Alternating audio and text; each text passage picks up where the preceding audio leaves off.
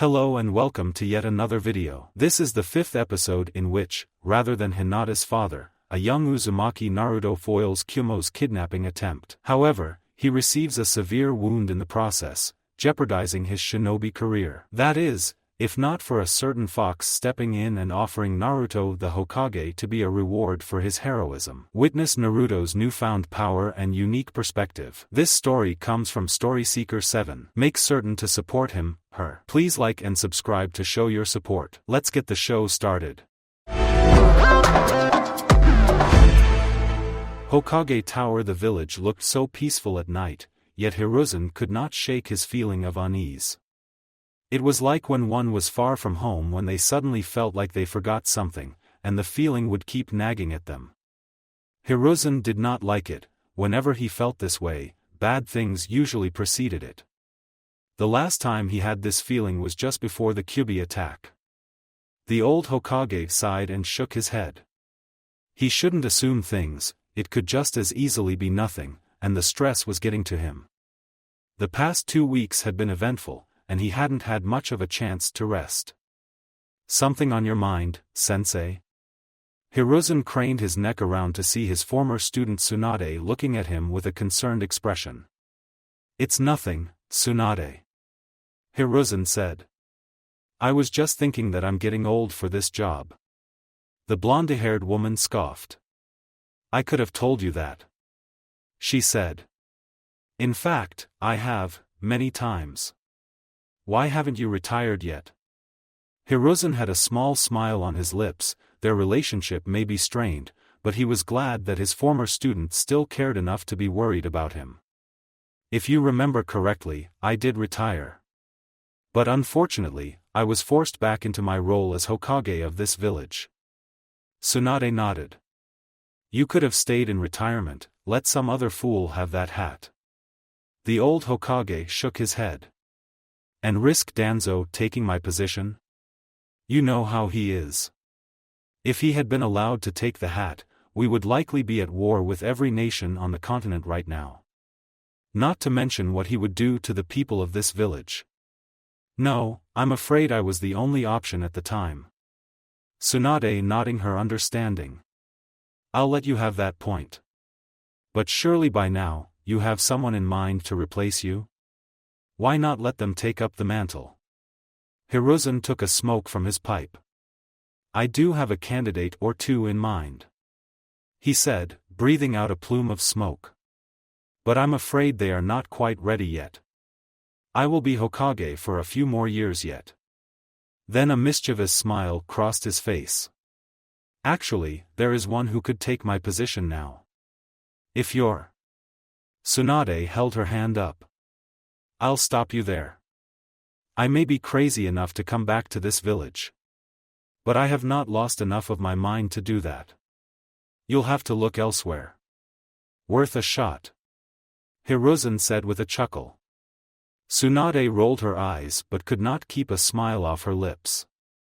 Well, at least you have someone in mind. She put her hand on her hip.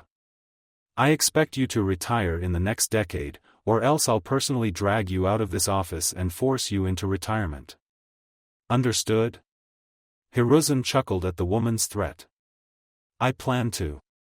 In fact, once this mess with the Uchiha has been resolved, I plan to approach the 2 candidates and make my offer. If one of them accepts, I'll train them for the position for the next 5 or so years and hand the hat over to them. Good, Tsunade said, nodding. This village could use someone younger to lead them. I couldn't agree more. Hiruzen said, sitting down at his desk. Now then, I believe that is enough talk about myself. What about you? How have you been, Tsunade? I've been fine. Tsunade said. Hiruzen nodded. That is good to hear. I hope that moving back into the village has been going smoothly. Tsunade looked hesitant for a moment. It has been going well. She said carefully. Shizune has been thrilled about the whole thing. A small smile formed on her lips. I think she's just happy that she gets to sleep in a comfortable bed and not out in the wilderness or having to pay for it. Traveling around the continent may have its appeal, but I imagine being able to settle down is a nice change of pace for her. Hiruzen said, keeping his eyes on Tsunade. Nor does it hurt that this village was her home when she was a child. Tsunade nodded. She doesn't bring it up often. But I knew she had a desire to return to Konoha. Her desire only grew when we started making infrequent visits here, about 2 years ago. A few times, I was tempted to let her stay here. Tsunade paused for a moment as she considered her next words. She has better memories of this place than I do. Hiruzen nodded, understanding where his student was coming from.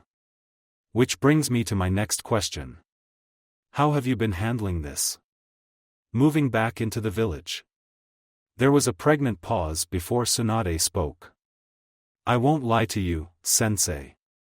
It has not been easy for me. She said, looking at him, her eyes portraying her vulnerability. For a moment, he didn't see the world's greatest medic Nin, the woman who revolutionized the world of medicine. Instead, he saw the little girl that had been his student, someone that had looked up to him and often came to him for advice. The girl he thought of as his granddaughter following the passing of Hashirama. He has not seen Tsunade like this since the day she left the village. Every day, I'm reminded of them. Every time I walk down the streets or go into a store, I see them alive and well. Sometimes I feel like I can almost touch them and know that they're there. That they are still alive. Her eyes had started to water. I went to visit their graves today. Hiruzen's eyes widen at that bit of news. I read their names over and over again. A part of me refused to believe that those tombstones were real. I wanted to believe that they were still alive. I wanted to believe that Nawaki had grown up to be a fine young man. That Dan and I were able to be together. Until now, I was living a nightmare, and I only needed to wake up, and they would still be there. But I know the truth. This is no nightmare. His former student took a seat in front of his desk. For the longest time, there was silence between the two. Looking at his wayward student, Hiruzen began to wonder. What if he had made a different decision the day she left? It had been shortly after Dan had died, Tsunade came to him. Telling him, she was leaving and taking her deceased lover's niece with her. Hiruzen had made a half-hearted attempt to convince her to stay in the village. But he had been convinced that Tsunade needed to get some distance from the village so she could clear her head. Once she did, he knew his student would return. He realized now that had been a mistake, he should have tried harder to get her to stay. Looking back at that day now, Hiruzen could not help but wonder if perhaps Tsunade wanted to stay. Tsunade spoke again. For the longest time, I blamed everyone for their deaths. I blamed them for getting themselves killed, this village, their killers. I even blamed you, sensei. You blamed me? Tsunade nodded. You were the one who gave them their missions. It was easy to think that you sent them to their deaths. She sent her gaze down at the floor. Hiruzen gave her a somber nod. He could understand where his former student was coming from. As Hokage, he had knowingly sent plenty of shinobi to deaths, too many in his opinion. It wasn't easy for him to do, but he knew they were necessary. Though he never thought that Nawaki or Dan would die when he sent them out. But most of all, Tsunade said, looking back up at him. I blamed myself for not being able to save them. Her hand gripped around her necklace. For giving them this. Another moment of silence fell over the two. Tsunade, I never knew that their deaths ate so much at you. How long have you bared this guilt without telling a soul? Forgive me, my student, I should have been there for you. He stood up from behind his desk and walked over to Tsunade. He knelt down, placing his hand on her shoulder. Tsunade, we all have lost people. People that we care about, people that we loved. It hurts, I know. It is easy to wallow in one's grief or even to run from it. But we both know it will eventually catch up to us. Tsunade looked him in the eye, hanging on to every word. The best thing we can do to honor them is to move on and cherish the memories we have of them. Tsunade looked down at her feet and nodded. I know. For the longest time, I tried running away from my pain, staying as far away from the village as I could. She looked up, gazing out the window. I had hoped that maybe I would be able to outrun my pain. But as you said, it eventually caught up with me. Standing over their graves, I realized I needed to stop running and face my pain. I know it won't be easy. There will be days that the pain will become too much, and I'll be tempted to run away again. A sad smile had grown across the woman's face. But I owe it to them to face my grief and move on. The first step will be staying here in the village. Hiruzen smiled at his student. He was happy that Tsunade had resolved to face her grief and to one day move past it. This time he would be here to help her every step of the way, and so would some else. He stood and went back behind his desk. That is good news to my ears. Tsunade. I'm glad that you will be facing your pain instead of running away from it. He sat back in his chair. It will get easier, won't it, sensei? Tsunade asked, a noticeable quiver in her voice. Hiruzen closed his eyes. He saw all the people he had lost over his long life. He opened them again. In time, yes. He said. The pain will always be there, but it will get easier. He saw Tsunade nod, accepting his answer. Tsunade, know this: I may have failed you in the past. But I won't this time. I'm here for you. He saw his former student crack a smile. Thank you, Sarutobi-sensei. She said softly. Hiruzen nodded slowly. Now then, I believe enough talking about gloomy subject matter. I want to hear something else. Hiruzen said, giving Tsunade a grandfatherly smile. How has working at the hospital been? I hope you're settling into your role as this village's chief medic nicely. I hope your hemophobia hasn't been giving you too much trouble. Tsunade gave him an appreciative nod. I'm slowly coming to grips with it. Though you'll be disappointed to know that it'll still be a while before I can do any serious surgery. Hiruzen shook his head, relighting his pipe. Not at all, Tsunade. I knew it would take some time to get over it, if ever. I am just glad you are making progress. The other doctors haven't been giving you trouble, have they? Tsunade shook her head. A few have, but most of them seem to understand my condition. They've been helpful and are eager to hear whatever advice I can give to them. Of course, I mostly have Shizen to thank for. Her smile had grown when she mentioned her apprentice. That girl has grown to be a fine medic. She can do the job of any doctor here in the village. In fact, just the other day, she took over a patient's surgery when the doctor couldn't make it. A heart bypass, if I remember correctly. I'm sure you're proud of her. Hiruzen commented. I am. Tsunade's eyes widened as a thought passed through her mind.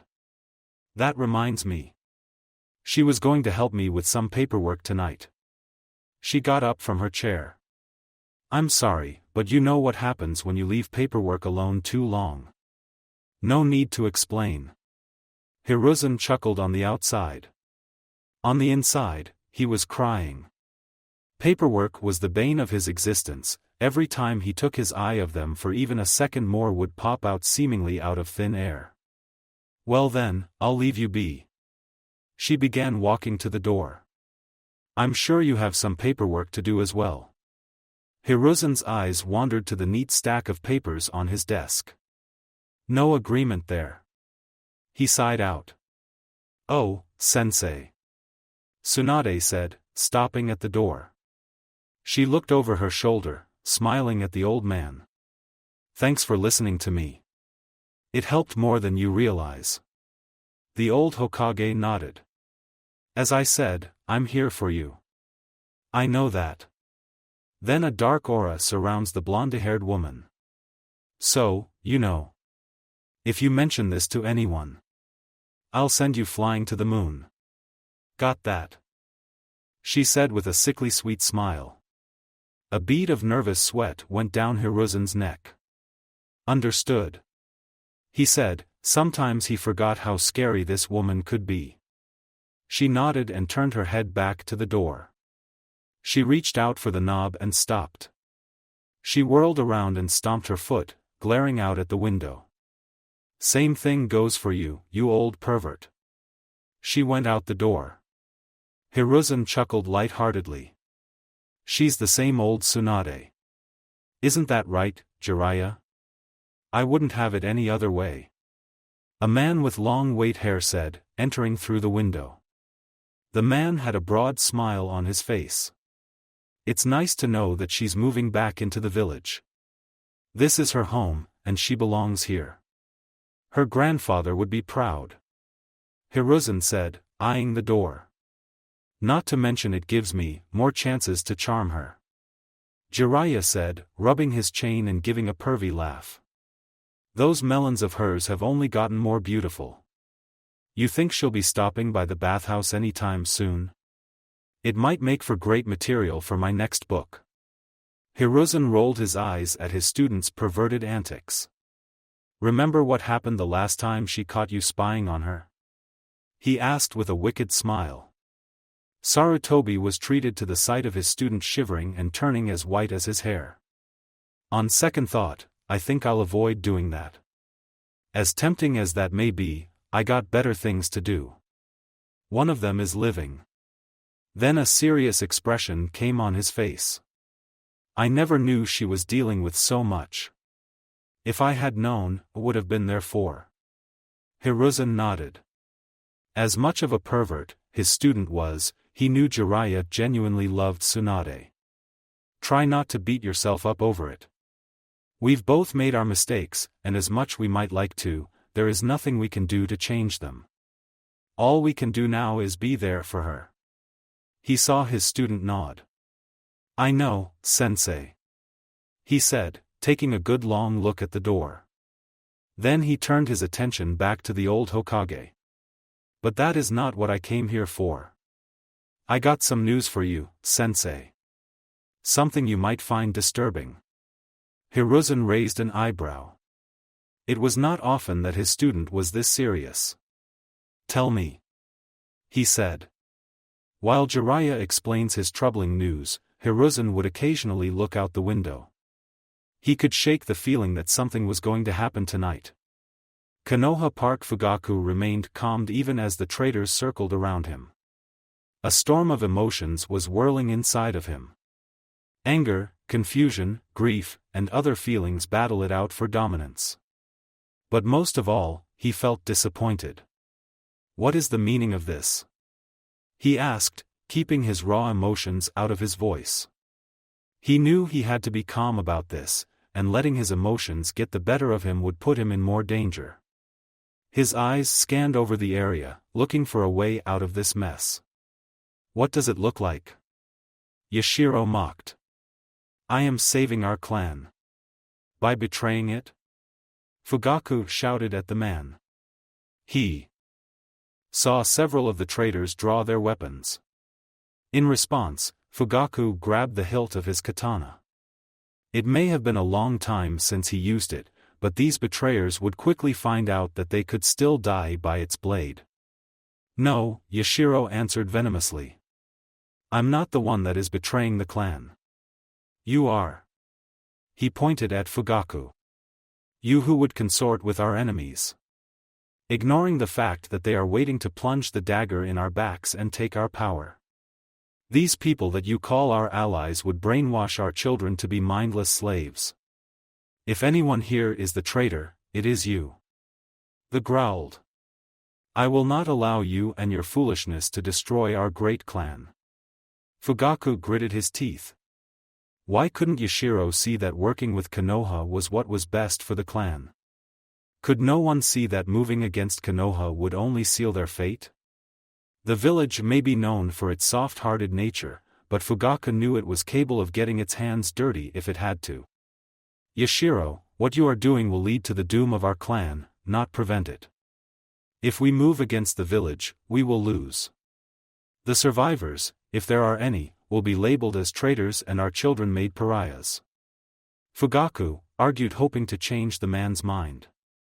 However, deep down, he knew his actions were for a lost cause. Yashiro was a stubborn fool.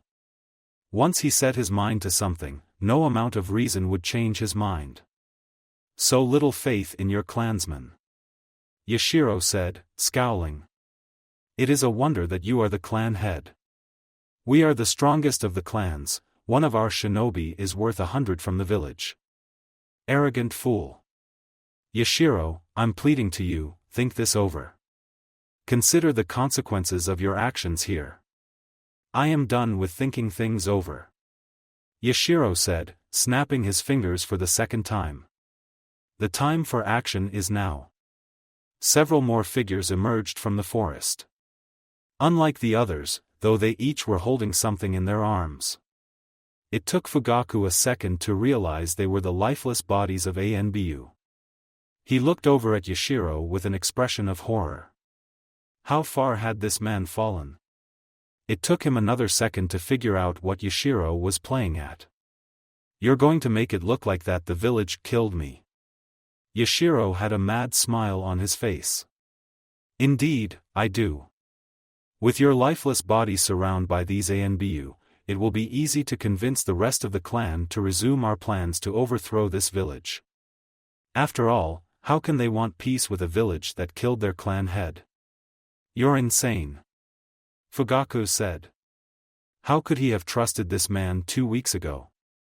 Why didn't he notice this madness in his eyes? The man chuckles to himself. You say that now, only because you are blinded to the truth. What I do, is for the good of the clan. I'm only sorry that you can't see that. Then a look of consideration flashed across his face. But I am not without mercy.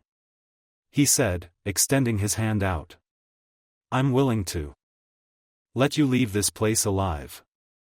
All you have to do is come with me back to the compound and tell everyone that the village tried to kill you and that we'll launch our coup this night in retaliation. Fugaku did not have to think about an answer to the man's offer.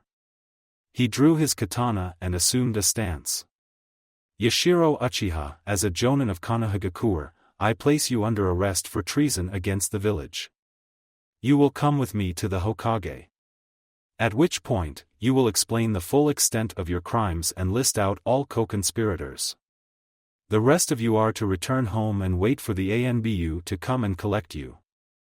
If you cooperate fully, I assure you that you will only receive life sentences instead of being executed.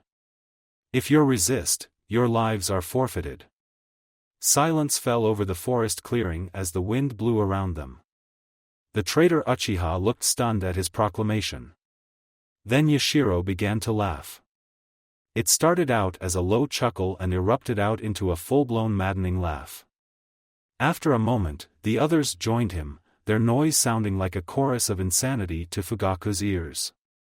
After what seemed like several minutes of this, Yashiro and the others got control of themselves. Fugaku-san, you should have been a comedian. I haven't had a good laugh like that in a long time. He said, a low chuckle still coming from his mouth. It wasn't meant as a joke. Fugaku growled out. I meant every word of it. I will never betray this village. That makes it so funny. His smile was replaced by a scowl. And disappointing. But suppose it was the predictable response.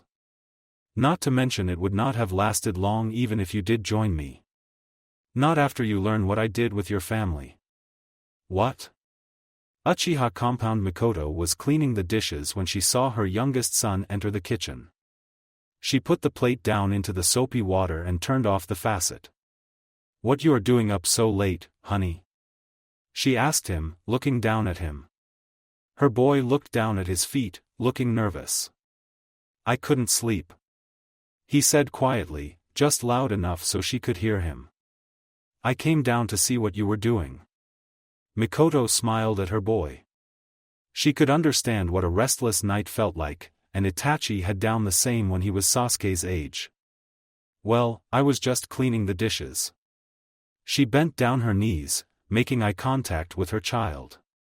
But if you like, I can make you something. I find a good snack helps with a restless night. She offered. Sasuke nervously looked down at his feet, twiddling his thumbs. Then he looked back at her, giving a nervous nod. Could you make me sliced tomatoes, please? He asked. Mikoto closed her eyes and smiled at her son. She reached out her hand and ruffled his hair. Sure thing, my little duck head. Sasuke's cheeks flushed red. Mum. He groaned, pushing her arm away. Don't call me that. It's embarrassing. Mikoto laughed at her youngest child's expense. Alright. Alright, don't get your tail. Feathers into a twist. Sasuke groaned again. She rolled her eyes. I'll stop. I promise. She said, standing up. Wait in the dining room, and I'll get your snack ready. Sasuke left the kitchen. Humming to herself, the Uchiha matriarch moved towards the pantry, pulled out some tomatoes, and placed them on the counter. She then pulled out a knife and began to slice them.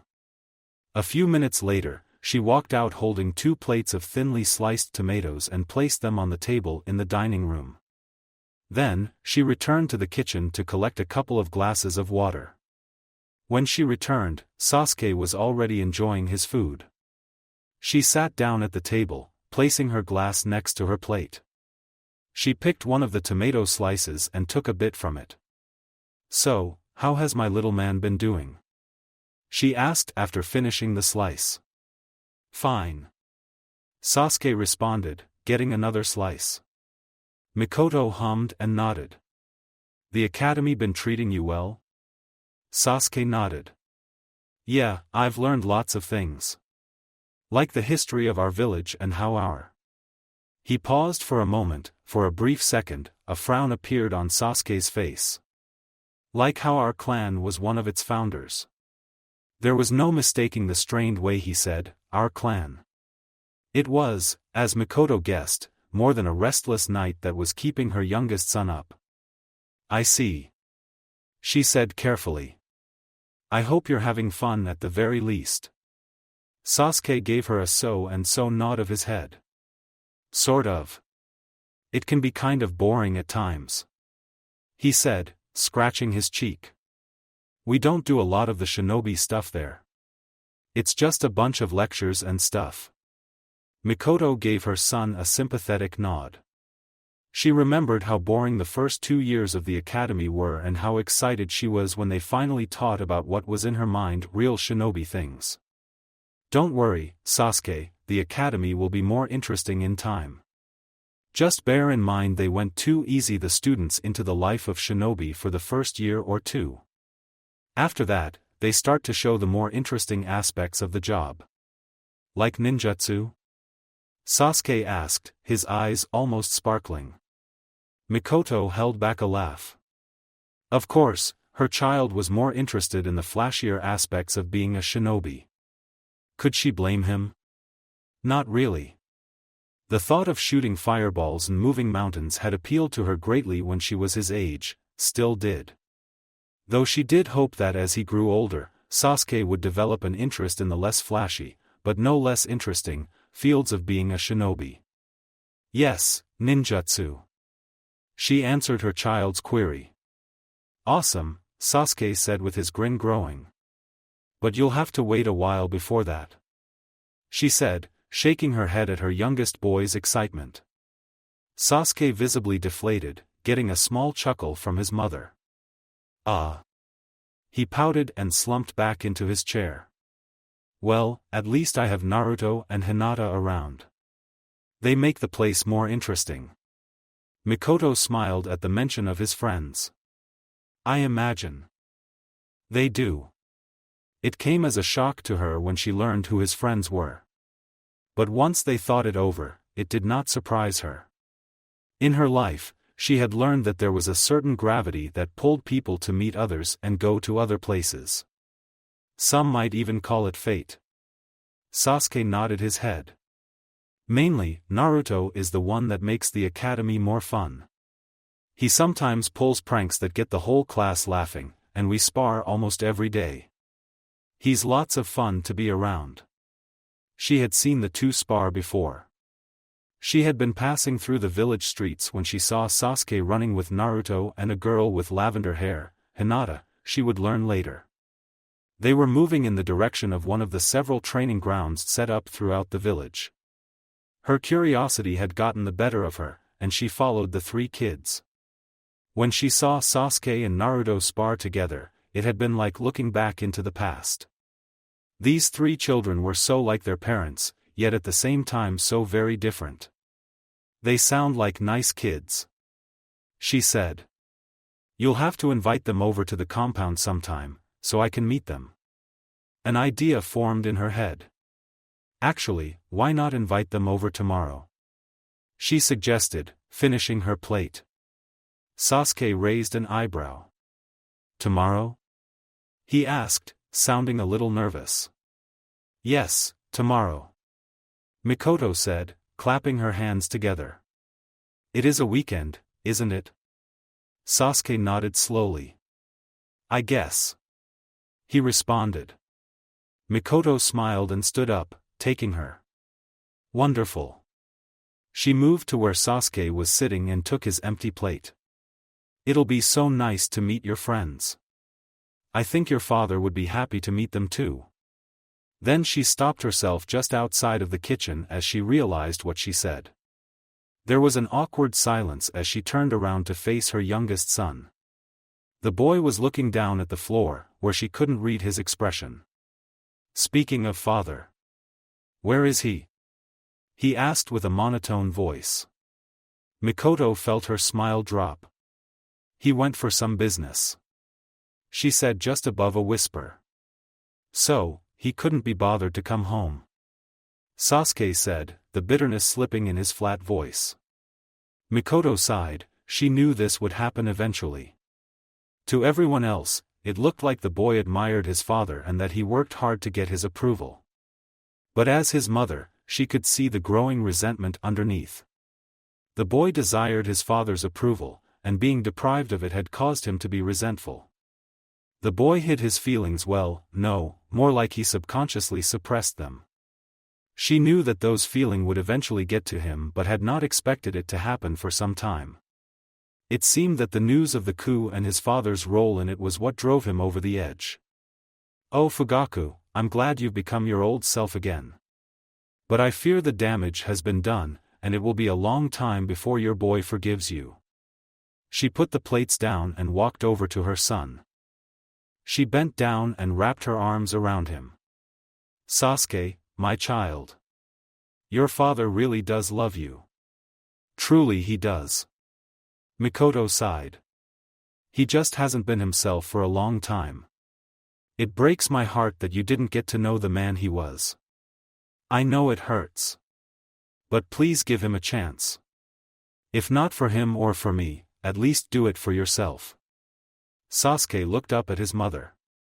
His expression was blank, but she could see the pain hidden behind it. Why? He asked. Why did he support the coup? Why did he want to take over the village?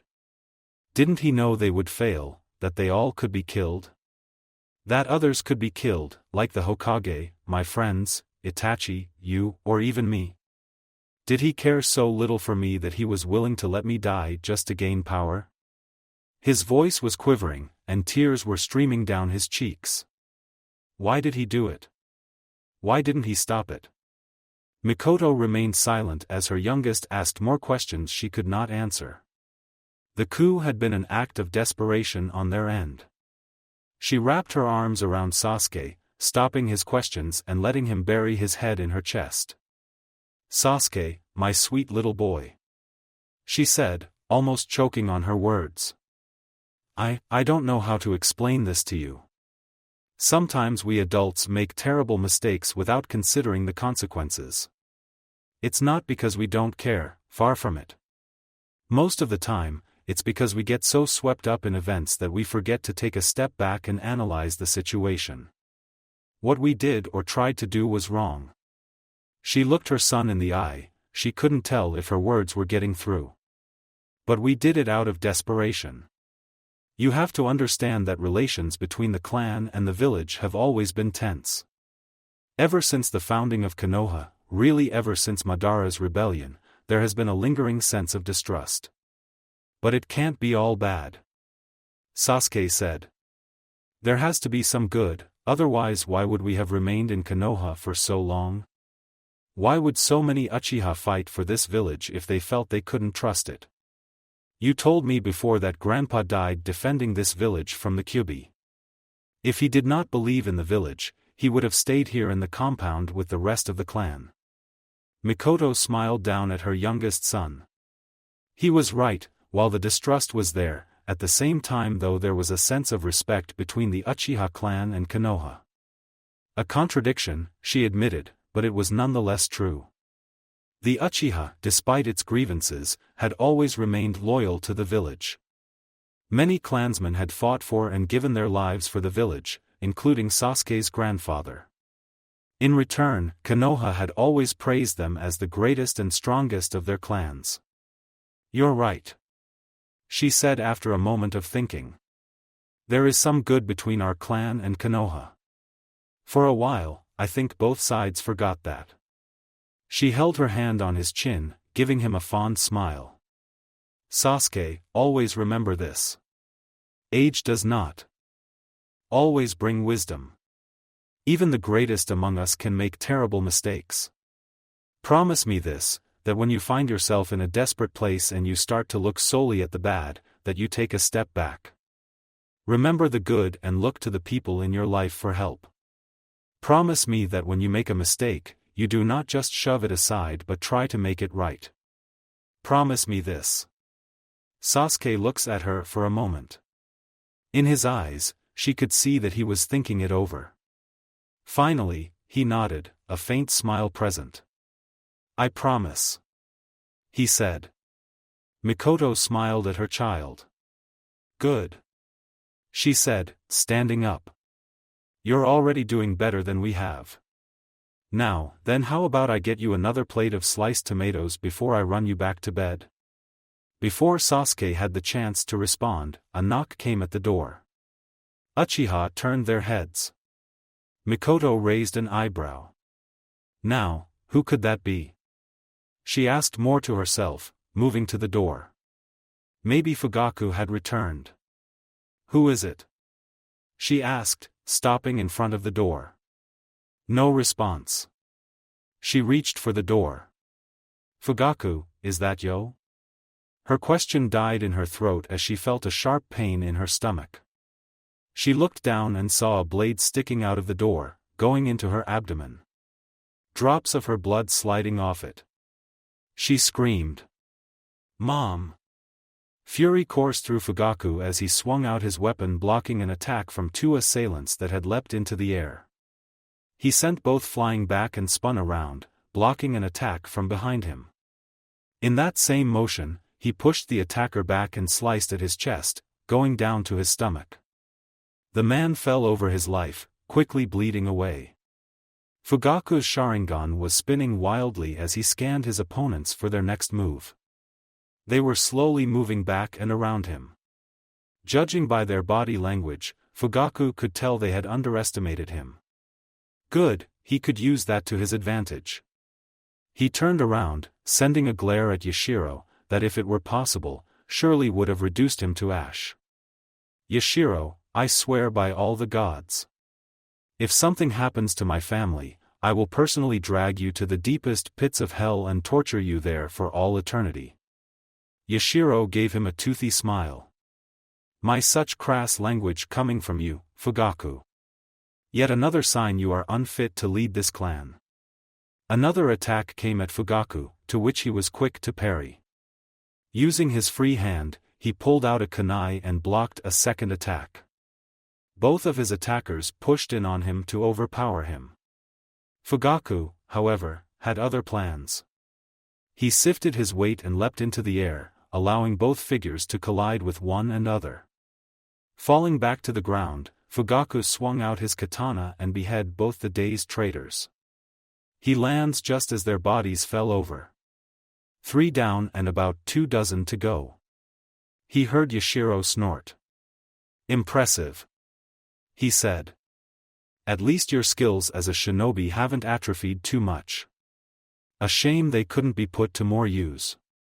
Fugaku pointed his katana at Yashiro. "How about you come over here and find out just how sharp my skills are?" "I'm afraid I'll have to disappoint you," Yashiro calmly replied. At this point, Fugaku was well pasted being disappointed. "Coward, at least have the decency to face me yourself." He spat at the treacherous man. Yashiro laughed at him. "Fugaku, have you forgotten that we are shinobi? In our world, there is no such thing as fair play and honor. We do what we must to accomplish our goals." Fugaku heard several kunai fly towards his head.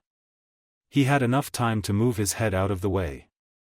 As he turned around to face his assailant, his eyes widened when he noticed what was attached to the kunai. Fire consumed his vision. When the explosion died down, the traitors moved in to make certain that their ex-clan head was dead. All they found were the burnt-out remains of a log. Fugaku reappeared behind Yashiro and swung out his blade, aiming to behead the man. Instead, he was met with the familiar sound of metal clashing as the Yashiro disappeared in a puff of smoke.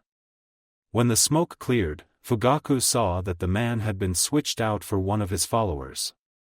Fugaku leaped back and landed several feet away. Resuming a fighting stance, Fugaku looked over the field, trying to find where Yashiro. He found him on the other side of the clearing.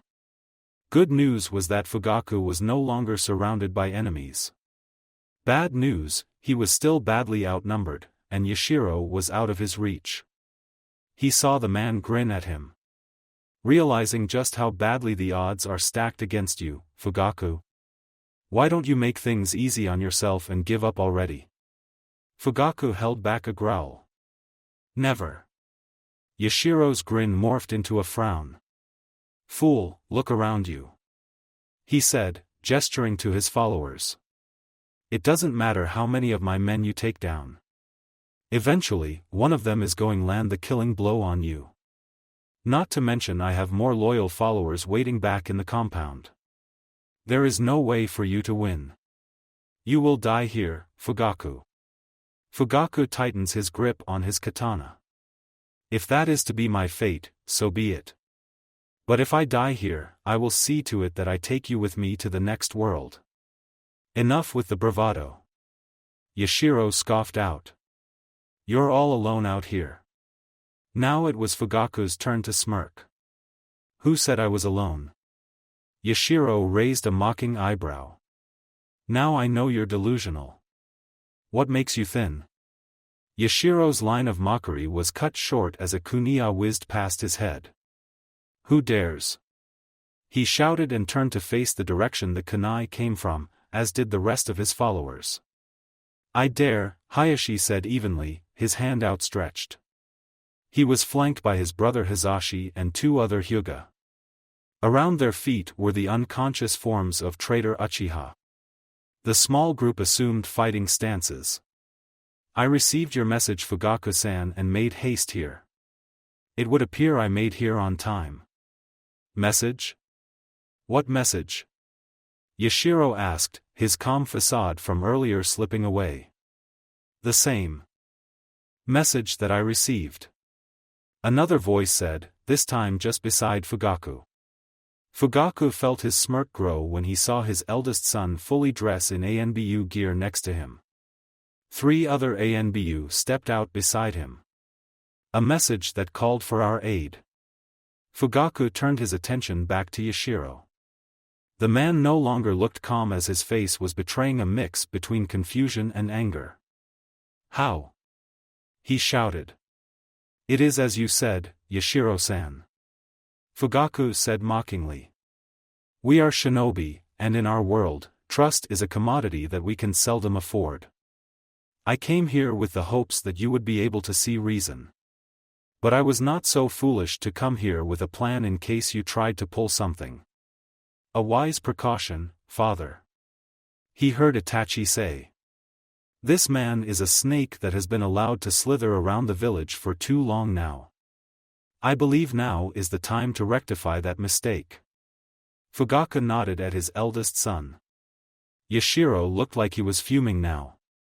But how did you get a message out? My men saw you come straight here after leaving the compound.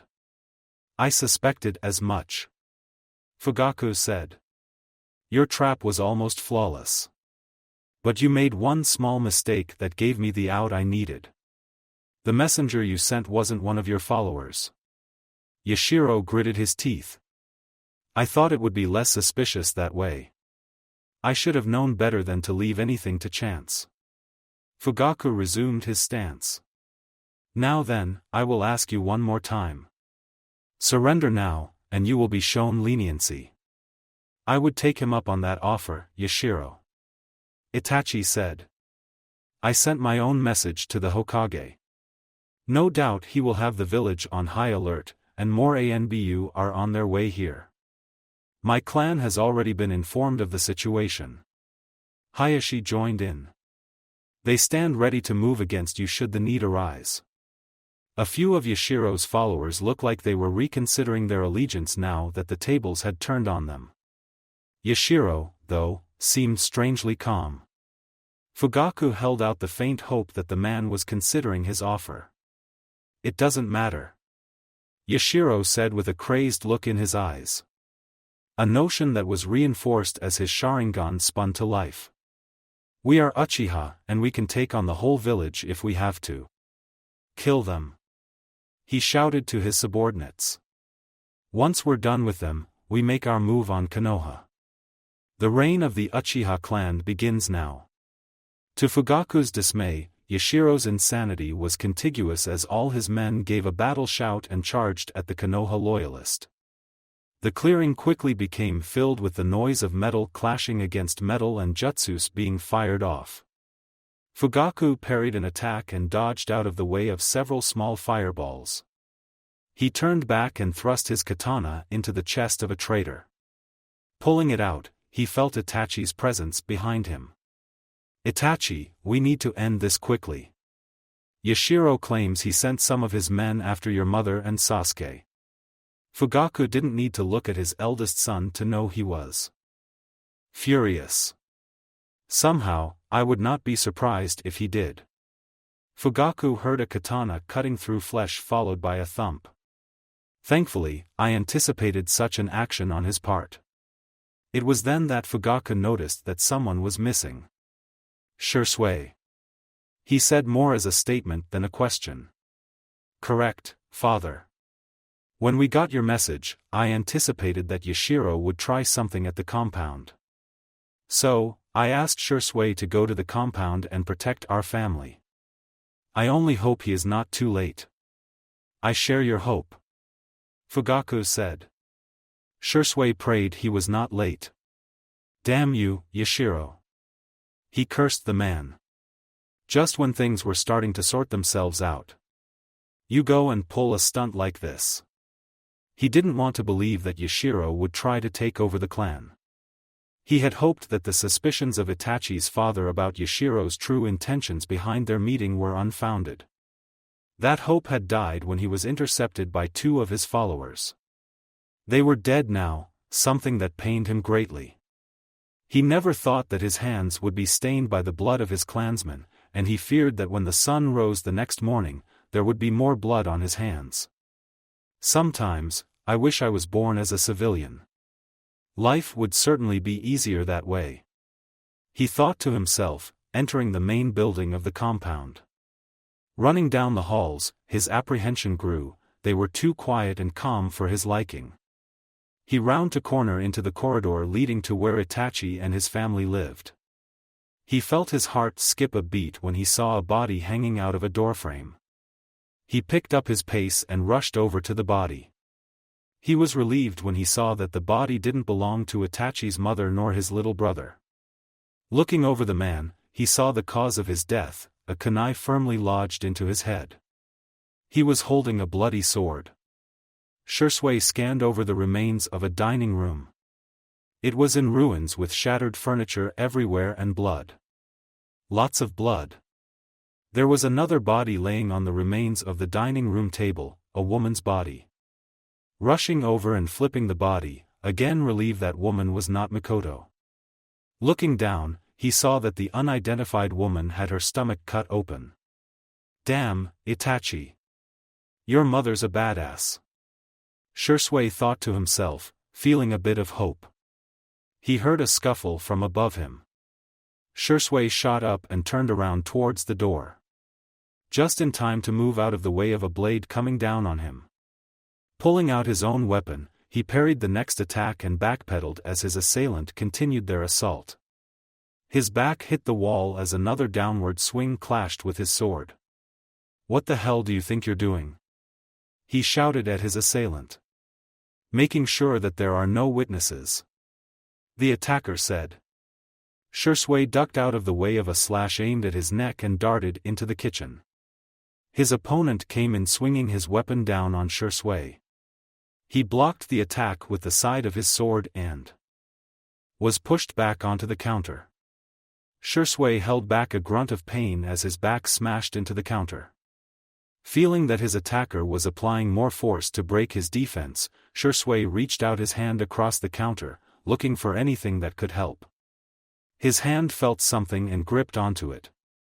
He then swung his hand out and plunged the kitchen knife into the side of the man's neck.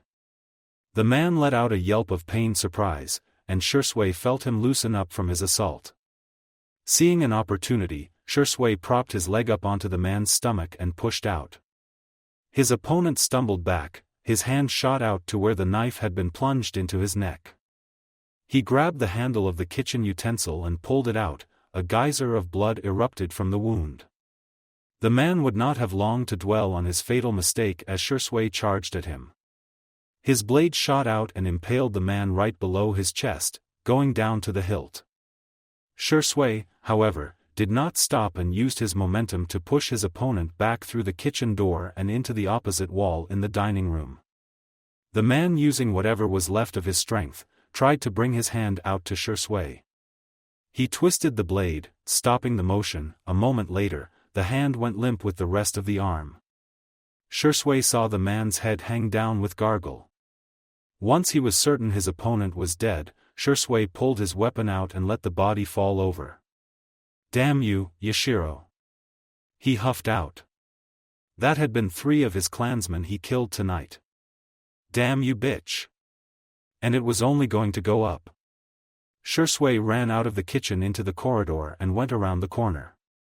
He shot up a flight of stairs and ran down several more halls. He stopped just outside of a bedroom. Time slowed down as he took several things in.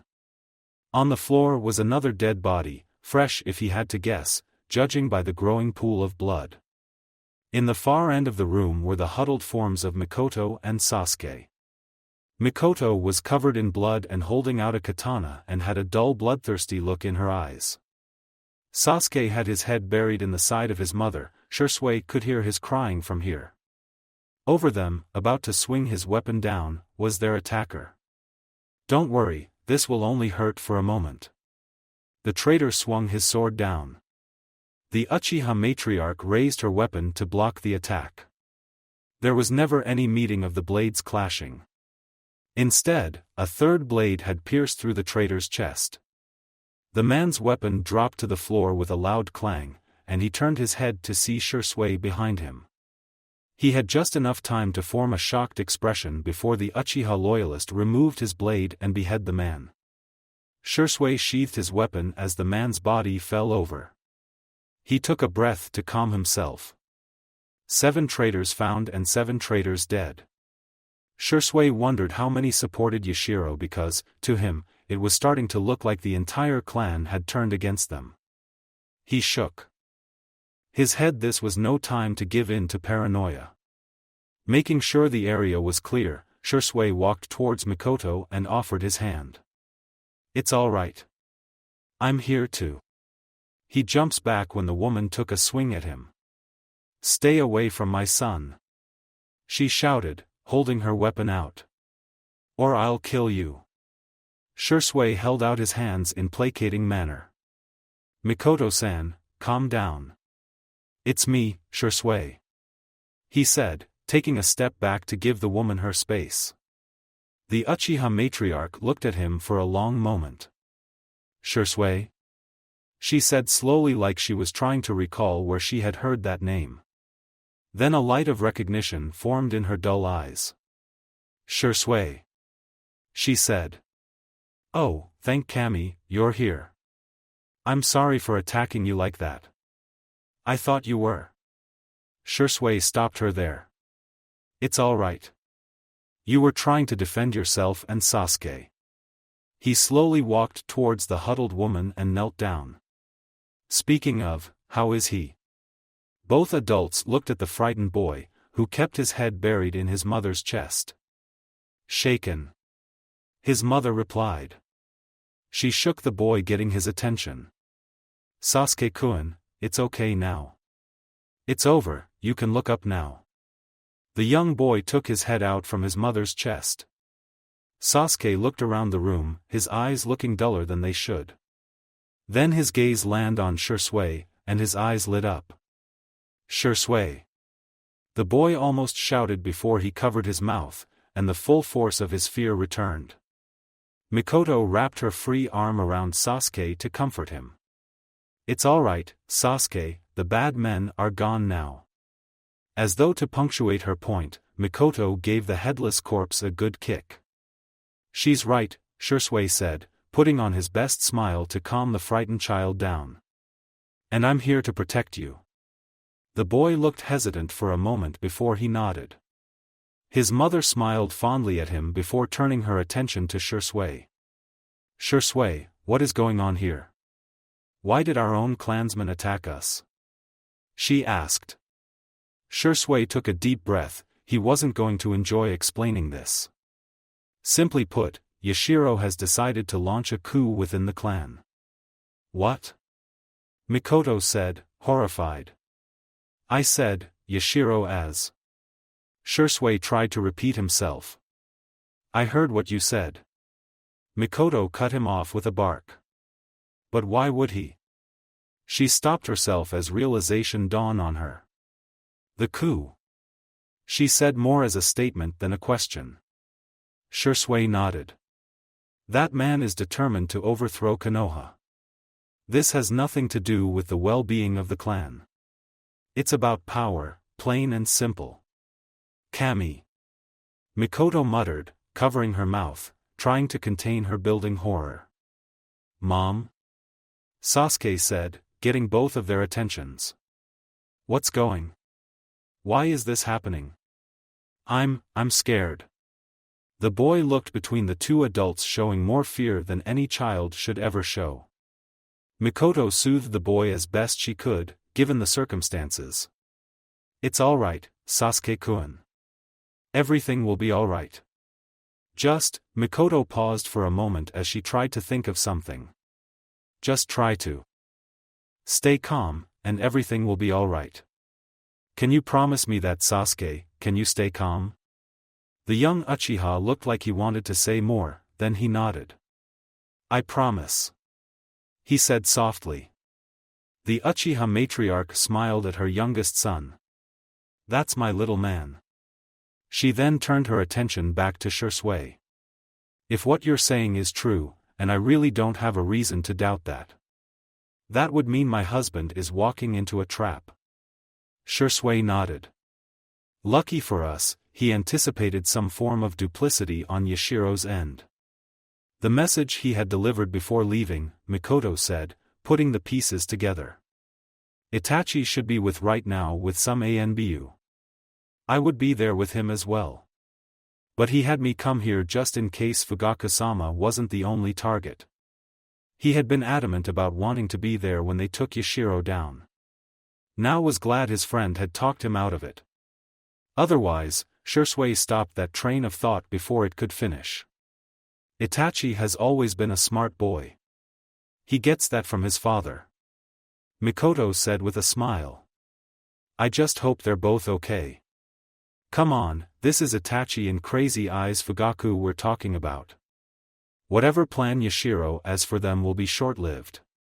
Shisui stated. What we should be a concern with is if there are more traitors here at the compound.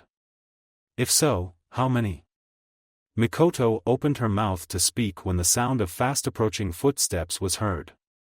Shisui whirled around, unsheathing his katana. Two figures emerged from the doorway and stopped when they saw the Anbu-clad Uchiha.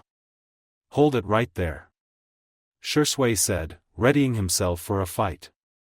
Both figures, both of them men a little older than Shisui, held up their hands. What's going on here? One of them asked. Then his eyes scanned over the room. His partner knelt down where one of the dead bodies was and checked it over. Kami, what happened here?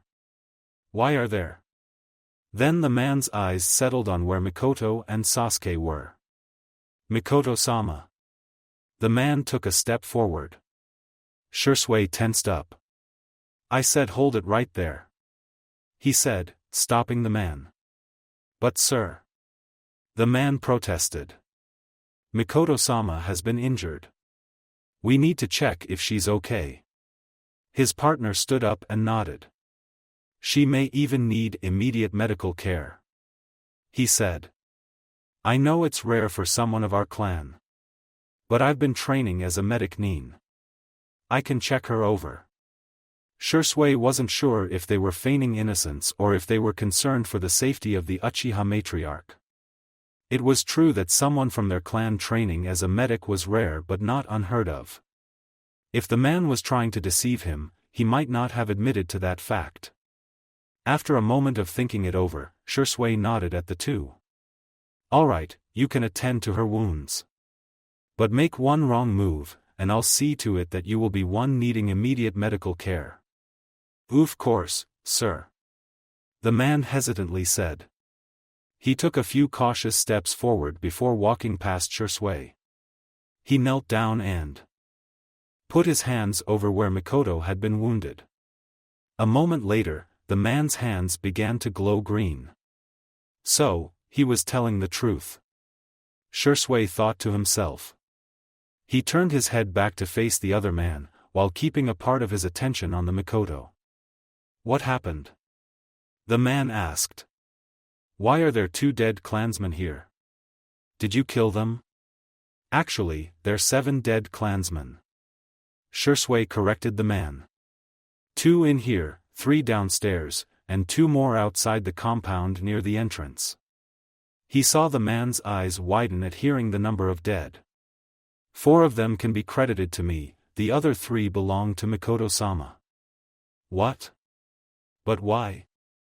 Shisui-san, what is going on here? The man kept asking. Shisui looked at the man for a long time, trying to gauge his motives. Before I answer your questions, let me ask you something. The man gave him a quizzical look before slowly nodding. Where do your loyalties lie? Are they with our clan head Fugaku-sama or Yashiro-san? Wait, what does Yashiro have to do with this? The man asked. Just answer the question. Shisui barked at the man, causing him to take a step back. With Fugaku-sama, of course. Where else would they be? The man said, looking dumbfounded. As do mine. The other said, walking past Shisui and standing next to his partner. Mikoto-sama is fine. I managed to close the wound around her stomach. She's lost a lot of blood, but thankfully the bleeding appeared to stop shortly before we arrived here. Any more, and she would be in serious condition right now. Shisui gave the medic a thankful nod. Thank you. The medic nods. I would still feel better if she was brought to the hospital, though. Shisui sheathed his weapon, he was still worried around these 2 men. But he knew, if Mikoto and Sasuke were to get through the night, he needed to keep his paranoia in check. I agree, but first, I need to ask you another question. Both Uchiha men looked at each other, then back Shisui and nodded. What did you think when Fugaku-sama called off the coup? The truth? One of them asked. The truth. To be honest, we were both relieved. Plotting around like that never sat well with me. I know we don't always have the best relationship with the rest of the village. The man explained. But it didn't feel right to turn against them like that. I have friends outside of the compound, and the thought they have been killed worries me. A lot of other Uchiha felt the same way. In fact, the man held his hand out to his partner. My friend here is involved with a woman outside our clan, a civilian. Really? Shursui questioned, looking at the medic. Is this true? The medic nodded. Yes, for over 1.5 years now. We met at the hospital. Even though she's not from our clan or of a high standing, I'm still happy to be with her. Shursui smiled at the man. That's good to hear. I hope that recent events haven't done anything to hurt that relationship. It has been hard, I will admit. The medic said. But she still wants to be with me. I don't want to jeopardize that by turning against the village. Same here. The other man said. We need to settle our problems with Konoha by word of mouth, not by the sword. Shursui nodded at the two. Good, then I guess I can trust you. Shursui turned around and walked towards Mikoto. He helped her up. I'll explain everything. But be warned that you may not like what you hear. Konoha Park, I don't see Yashiro. Hayashi said, delivering a juken strike to the chest of a traitor Uchiha, exploding his heart. He must have left during all of the commotion. Fugaku said, ducking under a sword swing. One slash saw his attacker gutted. The battle against the traitor Uchiha had quickly turned in favor of the loyalist Shinobi. Already most of the traitors had either been killed or knocked out, but the few that remained were putting up a decent fight. But it was clear that the loyalist would win, though not with taking some losses. 1 ANBU and 2 Hyuga had been killed, and a second ANBU suffered a broken arm but was still in the fight. We can't let that man escape. If he does, this little rebellion could snowball into something greater. Fugaku said, cutting down another traitor. Agreed.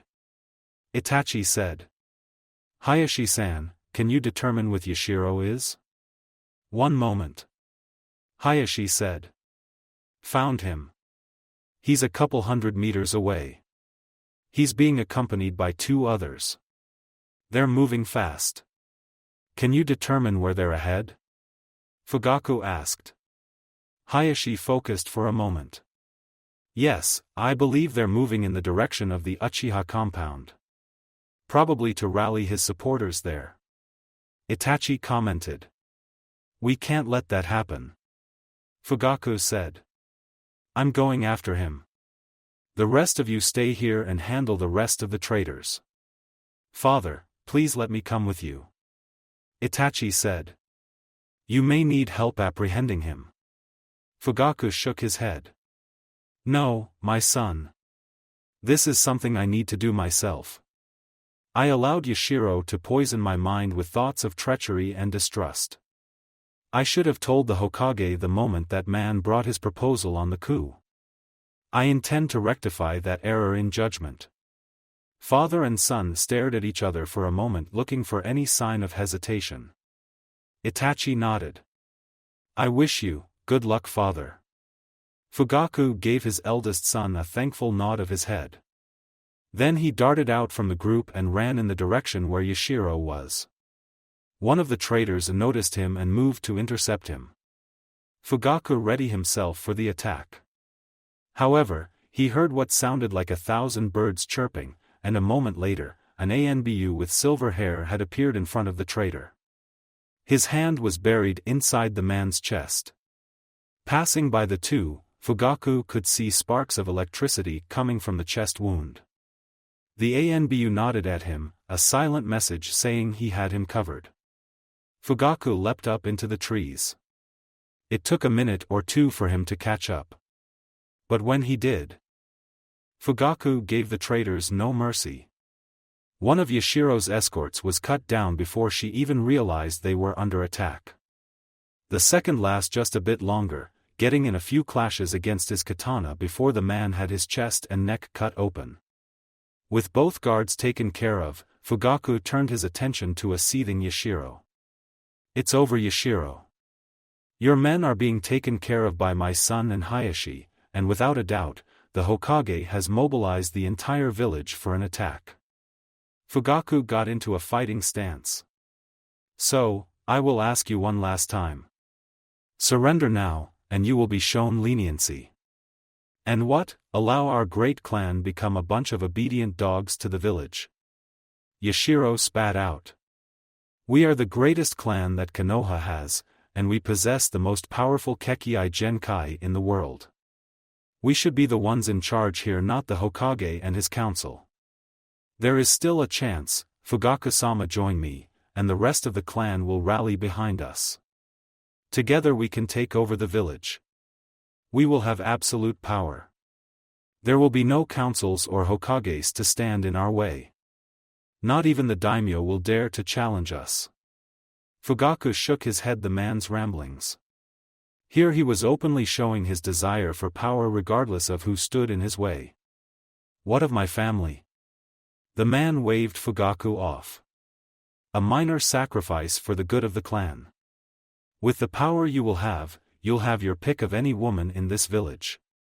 You can sire a new heir to the clan." Fugaku gritted his teeth and tightened his grip on the hilt of his katana. Was this man even hearing what he was saying, or did he care so little for the well-being of others? How could Fugaku not have seen the snake that the man was? "You're a fool, Yashiro. Just like Madara was when he tried to turn against the village." "Madara," Yashiro said, repeated quietly. "You call him a fool, but looking back at it now, it's clear he had vision. We should have taken his side when we had the chance." Yashiro pulled out a sword and activated his Sharingan. "If I remember correctly, it was your ancestor that rallied the clan against Madara." He got into a stance. "I think it's time that sins of the father were paid in full." With no more talk left, both men stood where they were waiting for the other to make their move. They circled around each other, both of their Sharingan spinning into life. Normally when a shinobi went up against an Uchiha, the latter had the advantage. With the Sharingan, the Uchiha could predict the movements of their opponent and even turn their jutsus against them, an advantage that often allowed them to defeat their opponents. But that was all. It was an advantage. As powerful as the Sharingan was, it was only a tool. Like any other tool, the Sharingan was only as useful as its wielder's skill allowed it. In the hands of a novice, it was utterly useless and more liable to get them killed than help.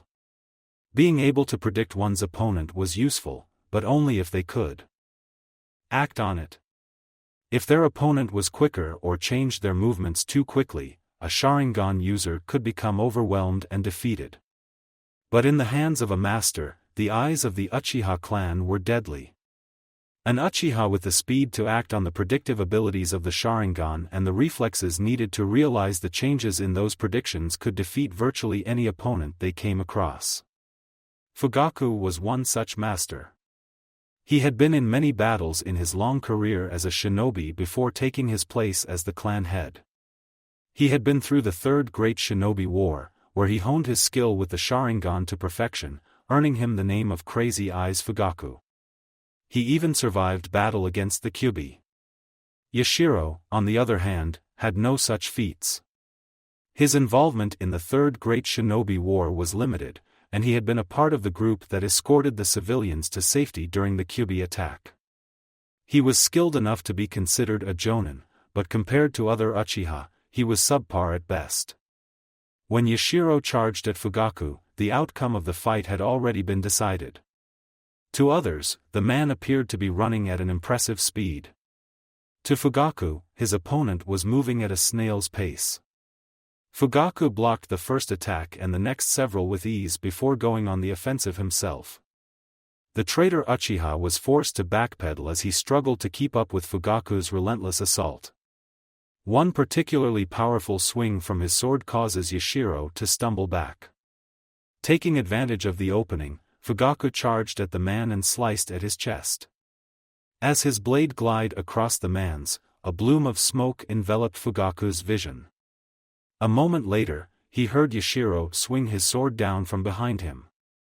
Fugaku smirked. In a single second, he turned around and swung his katana in an upwards arch using both of his hands. Steel met flesh, then muscle, and finally bone, as the sword cut through Yashiro's arm. The man screams as he fell to his knees, dropping his weapon. "Goodbye, Yashiro," Fugaku said, bringing his weapon down on the man. "Wait." Yashiro got before the hilt of Fugaku's katana smash into the back of his head, knocking him out. Fugaku sheathed his weapon, taking a deep breath. He looked down at the unconscious form of his former friend. For a moment, he had been tempted to take the man's head off. At the last second, though, he decided Yashiro would be more useful alive if only find out how far the corruption in the Uchiha clan went. TNI would handle that. After that, Fugaku didn't care what happened to the man. A few moments later, Itachi and the others arrived. Fugaku noticed that several more ANBU and few Jonin had joined them. "I see you have things well in hand," Itachi commented, walking up to him, looking down at Yashiro. "Did you?" Fugaku shook his head. "No, I just knocked him unconscious." Itachi nodded at him. "Someone attend to this man's wounds," he ordered, pointing at Yashiro. "Then take him to TNI." "Sir." An ANBU chimed before moving to Yashiro. "What of the others?" Fugaku asked, taking his eyes off Yashiro. "The rest of the traitors have either been captured or killed," Itachi stated. A few, however, tried to escape into the forest. Hayashi walked up. "My brother and several others are in pursuit. They won't get far." Fugaku nodded at the two. "Good. Without him, this little rebellion should fall apart." "Father," Itachi said, "Yashiro still has followers at the compound. They could try to make a fight of it." Fugaku agreed with his eldest son. "Which is why we're going there now. To apprehend the rest of the traitors." Konoha, Fugaku and the others leapt from rooftop to rooftop. Their destination the Uchiha compound. "You think Shisui made it in time?" he heard Itachi ask. Fugaku looked at his eldest son next to him. The young man showed no visible sign of his emotions, but Fugaku could tell he was worried. "I hope so," Fugaku replied. If he was, to be honest, Fugaku was worried as well. Yashiro had been dealt with, and without him, the rest of the insurgents would fall.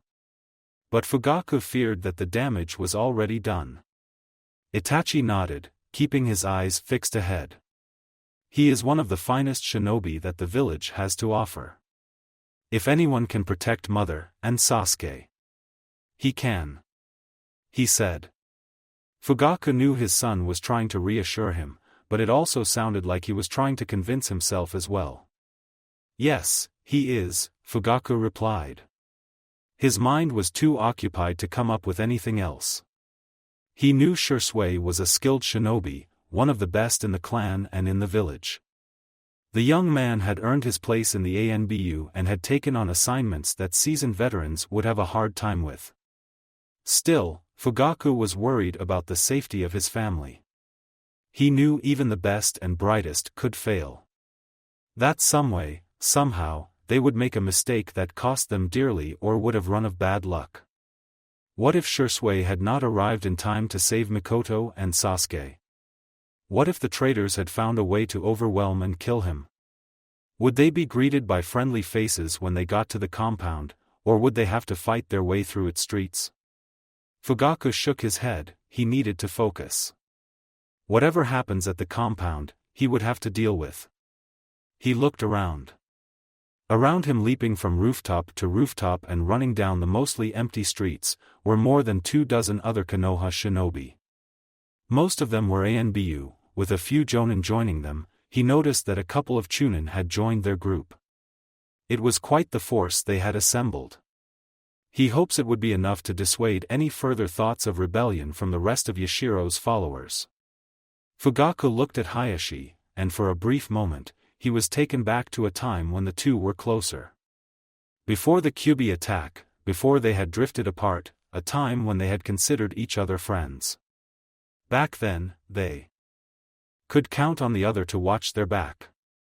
Together with Minato, they had been a deadly force of nature, able to break through any stronghold, able to take down any foe that came their way. Crazy Eyes Fugaku, Hayashi the all-seeing eye, and Minato the yellow flash, apart from each other, they were some of the strongest shinobi in the elemental nations, feared by all. But when word got out that all three of them were together, whole armies would surrender. Fugaku felt a small smile coming on. It felt good to be working with the man again, even if it felt bittersweet with the absence of one of their trio. Hayashi noticed him looking and gave him a silent nod of support. Fugaku returned the gesture and looked forward. He saw the outline of the Uchiha compound rapidly approaching. A silver-haired Anbu came up to the side of him. "Sir, what do we do when we arrive at the compound?" Fugaku knew the young man was testing him. Seeing if he would give the order to fight his clansmen, knowing that they would die. He admitted that he was hesitant about the idea, it didn't feel right having to fight his own people. But Fugaku knew that if they did not stop the traitors now, they would have another chance to rebel against the village. Not to mention that suspicions towards the Uchiha clan would grow, which might cause the traitors' numbers to swell again. Fugaku wasn't sure if he would be able to stop a second coup from occurring. Fugaku took a deep breath. "Once we arrive at the compound, we'll try to root out the traitors. I will announce that an emergency meeting of the entire clan is to be held tonight in the assembly hall. I will tell them what Yashiro tried to do. I'll ask that they cooperate with the village in finding out who all supported Yashiro." The Anbu remained silent for a moment. "Do you believe that they would be willing to go with that?" Fugaku thought about the answer he would give. He knew that he would be asking a lot of his clansmen. He would be asking them to endure more suspicion than they already were, likely letting most of them being interrogated by officials of Konoha. Fugaku was not naive, he knew at least a few were going to all but accuse everyone in the Uchiha clan of being traitors. A certain crippled council member came to mind. He also knew a few, like the Hokage and Hayashi, would try to be fair and impartial. Hopefully, they would be able to keep the hardliners in check. He wasn't sure how his clan would take that. "I hope so." Fugaku said, it was the best answer he could come up with. The Anbu nodded. "I see," he said. "Inu-san," Itachi said, getting the silver-haired Anbu's attention. "Please try not to hold anything against my father or my clan. These are the actions of a few radicals, not the whole of the clan. Try to have faith in them." The Anbu with the dog mask remained silent for a moment before he nodded.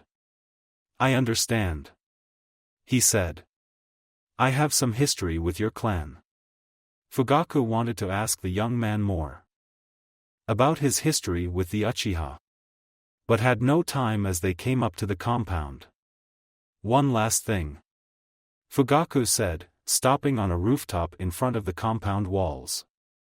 The others did the same. "If the traitors do try to resist." Fugaku paused briefly, taking in the weight of his next order. "Do whatever you can to apprehend them alive. But if it comes down between you and them, choose them. Understood?" A pregnant silence passed as everyone took in what Fugaku meant. "Understood," everyone said. Fugaku nodded at them. He took a deep breath and turned to face the compound walls. He leapt down. 2 guards stood outside the compound's main gates. They stood at attention when they saw Fugaku. "Fugaku-sama, you've returned," one of them said. "I have," Fugaku said, walking up to them. He kept his eyes for any surprises. "A situation has developed," he explained. I'm calling an emergency session of the entire clan. My friends here will be attending. He gestured to the group of shinobi behind him. Both guards looked at each other, then back at Fugaku. We are aware, Fugaku-sama. Fugaku narrowed his eyes at the two. The clan has already gathered at the assembly hall. We were just waiting for you. Suspicious Fugaku reached for his weapon. His eyes scanned over the area again, looking for any sign of a trap. Seeing nothing but staying alert, he turned his attention back to the guards. So far, they showed no signing of reacting to his actions, though they did look nervous. What do you know of the situation? He asked. Both guards held their hands up in front of them. We are not followers of Yashiro if that is what you fear. One of them said. We're not leading you into a trap. Still suspicious, Fugaku motioned for Hayashi to come up. Can you tell if they're lying? Hayashi nodded and activated his Byakugan. I don't see any signs that they are lying, Fugaku. He said after a moment. Fugaku nodded at the man, but he was not about to drop his guard yet. How do you know about Yashiro? Are you aware that he has betrayed the clan? Fugaku activated his Sharingan, staring the two in the eye. Both guards flinched at Fugaku's actions. Fugaku did have to admire them, anyone else would have turned tail and ran. Yes, Fugaku-sama. We know that Yashiro tried to have you and your family killed. The whole clan knows it now. It was hard to believe at first. The other guard began to explain. But when we were present with the evidence, it was hard to refute. Now seeing you here like this, there's no denying it. Raising an eyebrow, Fugaku deactivated his Sharingan. Who presented you this evidence? A familiar voice joined in on the conversation. That would be me. Shursui walked out of the gates and stopped in front of Fugaku. He smiled. I figured that you would be arriving soon. So, I came out here to check up on the guards. It seems I came just in time to save them from a brutal integration by you. He looks at the guards with a joking smile. One of them returned a nervous smile. I think rather take on an S-rank mission, sir. Better survival odds that way. He said. Shursui gave the guard a small chuckle. He turned his head back to face Fugaku. I guess I got some explaining to do. Fugaku nodded at the young man. You do. If you are who you appear to be. You think I'm an imposter? Shursui said, getting a blank stare from Fugaku. Understandable considering the circumstances. Shursui looked to Itachi. Itachi, remember that incident back in the Land of Spring, where we had to dress up as? I remember, Itachi said, stopping his friend. It may have been a trick of the light, but Fugaku thought he saw his son's face turn crimson. Is there a story there? Fugaku asked, unaware he was smiling. Itachi shook his head. Not one I wish to share. Sufficient to say that this is the real Shursui. Though I thought we both agreed to take that particular story to our graves. Shursui laughed. It was the first thing that came to mind, that could convince you. Plus, you stopped me before I could go into detail. So, no harm done. Fugaku shook his head, watching the interaction between the two. Then he took on a serious expression. Shursui noticed and looked at him. Before you explain what has happened, I have to ask. How is? They're both all right, Fugaku-sama. Shursui said, cutting off his question. Sasuke is in the assembly hall, though he has shaken up the night's events. As for your wife, she's in the hospital. Worry shot through Fugaku's mind. Is she all right? He asked. Shursui nodded his head, letting Fugaku relax a little. She was injured by her attackers. But I believe the hospital will be able to take care of her. Especially with Tsunade-sama up there. I have to admit your wife is one badass lady. She killed 3 of the attackers before I arrived and was about ready to kill me before she came to her senses. He looked at Itachi. I can safely say that Itachi doesn't get his skills from you alone. Fugaku smiled at the way Shisui described his wife. At the moment, he wanted nothing than go and see her. To hold her in a tight embrace to reassure himself that she was okay. He put that desire to the back of his mind. For now, it was enough to know she was okay, and so was Sasuke. Right now, he had other matters to deal with. The guards were just telling me that the clan was already gathered in the assembly hall. Did you call them in? Shisui shook his head. No, that was Yashiro's work. But it did provide me with an opportunity. An opportunity? Itachi asked. Shisui nodded. Come on. I'll explain on the way to the assembly hall. Fugaku turned to face an ANBU. Inform the Hokage of the developments here. The ANBU nodded and disappeared in a whirl of leaves. With the messenger gone, Fugaku turned to Shisui. Started from the beginning. The group of shinobi walked into the compound as Shisui began his story. Uchiha compound, 2 hours ago, Shisui was nervous, no scratch that. He was well beyond nervous. The better way to put it would be that he was a hair's breadth away from a nervous breakdown. He peeked out into the crowd. Virtually the entire Uchiha clan was gathered in the assembly hall. Several questions popped into his mind. How many of them were loyal? How many of them had turned their backs on the village? How many of them would die this night? Shisui shook his head and hid back behind the curtains. He knew this was no time to be weighed down by questions and doubts. He would receive his answers soon enough, and regardless of the outcome, the Uchiha clan would never be the same again. He looks into a nearby mirror. Instead of seeing his own face, he saw the face of the man that was the cause of all the night's problems. Yashiro, damn you. He said quietly to the image. Whatever, Itachi-san and Fugaku-sama are doing to you. I hope they're making you suffer through it. It was perhaps the most bitter he had ever felt towards anyone, perhaps except Danzo. Sir? A voice said. Shisui looked to the man close by him. He was one of the Uchiha who came to check up on him, Mikoto, and Sasuke after the attack. His friend, a trained medic, had stayed at the hospital they brought Mikoto to. The young man was giving him a questioning look. Shisui held back a smile. Don't worry, I'm just venting. He explained to the man. The clansman nodded his head. I can understand. He said. It is hard to believe that one man could cause so much trouble. Frustrating would be a good way to describe it.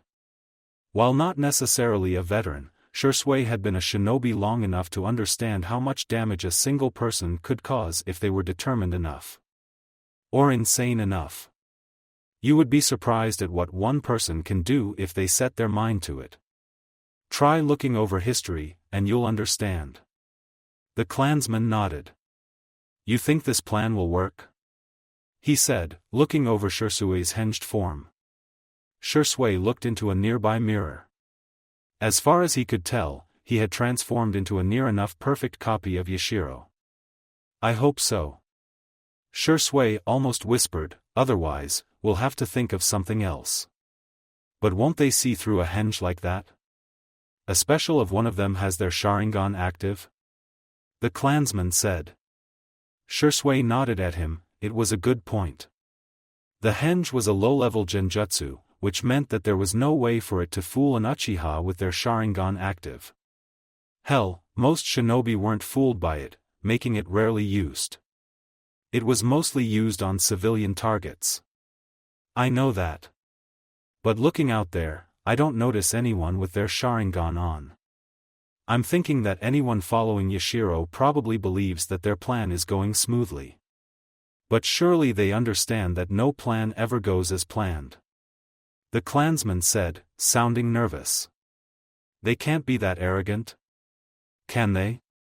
Shisui gave the man a small, sad smile. It might have been more sincere if it were his face doing it. Clansman. Arrogance is a folly that plagues all shinobi. The Uchiha clan is especially subjectable to it.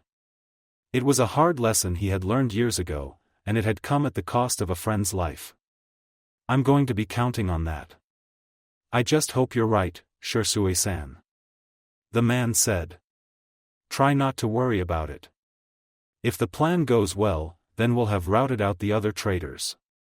If not, Shisui repressed a grimace. It was not a possibility he wanted to consider but knew could happen. We'll think of something if it comes to that. Until then, Shisui looked over at the crotched figure. Keep our special guest safe. The clansman nodded. With my life. With an acknowledging nod at the man, Shisui turned around, looking out at the stage. I believe we've kept them waiting long enough. Shisui took a deep breath to calm his nerves. The next few moments would determine the future of the Uchiha clan. Oddly enough, Shisui didn't feel any weight on his shoulders like he would sometimes, before a big mission. He felt strangely at peace. All the doubts and fears that had been plaguing him had become silent. He knew so much was at stake right now and that any number of things could go wrong. But this peace he felt, it told him he didn't need to worry, that somehow everything would turn out fine. He hopes it wasn't some vain attempt at naive optimism. Let's get started, he said to himself. He stepped out onto the stage. Almost immediately, the crowd took notice of him and fell silent, with a few hushed whispers. Is that Yashiro-san? What is he doing here? Wasn't he the one that called for this meeting? I don't see Fugaku-sama. Is he late? I wonder what this is about. Shisui looked at the crowd, relieved to see that no one had activated their Sharingan, nor did anyone look at him with suspicion. So far, so good. He thought to himself. He got to the center of the stage and turned to face the crowd. Gazing out the assembled body of the Uchiha clan, he had to wonder how many of them were following in Yashiro's madness. He cleared his throat. My fellow clansmen, he said, channeling his chakra into his throat both to sound like Yashiro and to project his voice across the assembly hall. I thank you all for coming here on such short notice. You may be wondering why I have called for an emergency session of the entire Uchiha clan. You may have also noticed the absence of our clan head and his family. The crowd began to whisper again. He's right, I haven't seen his sons or his wife. It's not like Itachi-san to be late. Is he on a mission? I don't think so. I thought I saw you earlier this morning. Shisui/Yashiro signaled for the crowd to quiet down. I know you have many questions, and in due time I will answer them. But first, there is something I must make certain of. Shisui/Yashiro began to walk back and forth across the stage. It is true that our illustrious clan has been divided by a most contentious subject for the past few weeks. That being if we should remain loyal to Konoha. Several Uchiha shifted uncomfortably at the mention of the divide in the clan. It started when our clan head Fugaku-sama decided to call off the coup against the village and to open negotiations with them. A coup that I would remind you would have been justified, and I still support fully. He noticed several of his clansmen glaring at him, and a few were nodding and smiling at him. He quickly memorized those faces, marking them as being a part of Yashiro's following. The disguised Shisui continued with his speech. Regardless of his intentions, the outcome was clear to see. The village now openly distrusts us, may even be plotting against us. This time shouts were coming from the crowd. Some in support of Yashiro's assertions. We can't let them do this. This village never deserved our loyalty. Madara was right. The village has turned against us. Others denying. Madara was a fool. He would have led us to our destruction. The Hokage would never let the village destroy us. The shouts continued to grow more heated as the two sides formed. Shisui mentally smiled to himself. This was good, he was now getting a better idea of who the loyalists and traitors were. Some were even starting to separate themselves from the others. Shisui/Yashiro gestured with his hands to placate the crowd. "Clansmen, please, there is no need for arguments here," he said, getting the attention of most of the crowd. Some continued with their arguments, needing others to stop them. Once everyone was looking at him again, he continued. "I know this is still a sore subject, but it must be discussed." He looked over the crowd, seeing that others were dividing their attention between him and shooting glares at each other. Perhaps it is best we got things out in the open," Shisui/Yashiro said, deciding now was the time.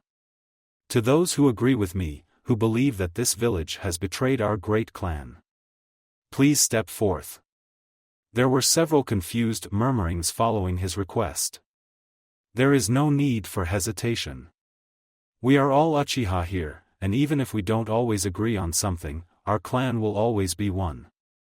He said this with his best impression of Yashiro's smile. "So, please do as I say." This seemed to do the trick, as several of the Uchiha did as he said. They stepped out from the crowd, forming a second group of Uchiha. Some walked out with confidence and prideful smiles on their faces. Some appeared more hesitant, require some coaxing from their fellows. "Why is Yashiro-san doing this?" one asked. "Perhaps, he intends to reward us for our loyalty," another answered. "I say about time. Especially after tonight." "What do you mean by that?" "Oh, nothing you need to worry about." The whole exchange had happened under whispers, but Shisui had heard them. He had repressed the desire to grit his teeth. This confirmed to him that others were in on the coup attempt. Perhaps not all, but that was up to T&I to determine. His job right now was to find out who all followed Yashiro, that way, the whole clan didn't have to be interrogated. The remaining Uchiha stepped back, separating themselves further from their wayward clansmen. When it was all done, there were now two distant groups of Uchiha. Looking them over, Shisui had to stop his horror from coming to the surface at seeing how many had fallen under Yashiro's sway. He, however, was glad to note the loyalists outnumbered the traitors. Shisui/Yashiro nodded at the smaller group. "I thank you for your loyalty and devotion to my cause. I assure you, that you will receive your just rewards." This time the smile Shisui put on was genuine. A part of him was looking forward to what came next. "Now then, I believe it is time that we got to what this meeting is about." Shisui put on sullen expression. "I afraid I do not have good news. What I'm about to say will, without a doubt, shake this clan to its very core. Shortly before I called this meeting, there was an attempt on the lives of our clan head and his family." Shocked gasps rippled across the assembly halls. "This can't be. Is Fugaku-sama all right? What of Mikoto-sama, and Sasuke-san? Is this why they're not here? Could they be dead?" Shisui, however, paid more attention to the group that proclaimed their loyalty to Yashiro. They were mostly calm about the announcement, though few looked just as shocked and surprised as the rest of the clan. Then someone asked the piercing question. Who would do such a thing? Several of Yashiro's followers turned to face the crowd. Yes, who would do such a thing? One of them asked, sounding almost gleeful. "Please, enlighten us, Yashiro-san. Tell us so we may bring justice to these vile criminals." Shisui now had a predatory grin on his disguised face. "If you insist," he said. "These criminals, as my friend here put it, are the lowest of scum, who know nothing of honor or integrity. The people who would spit on what this clan stands for and would do anything if it meant they could fulfill their petty ambitions. They know nothing of loyalty."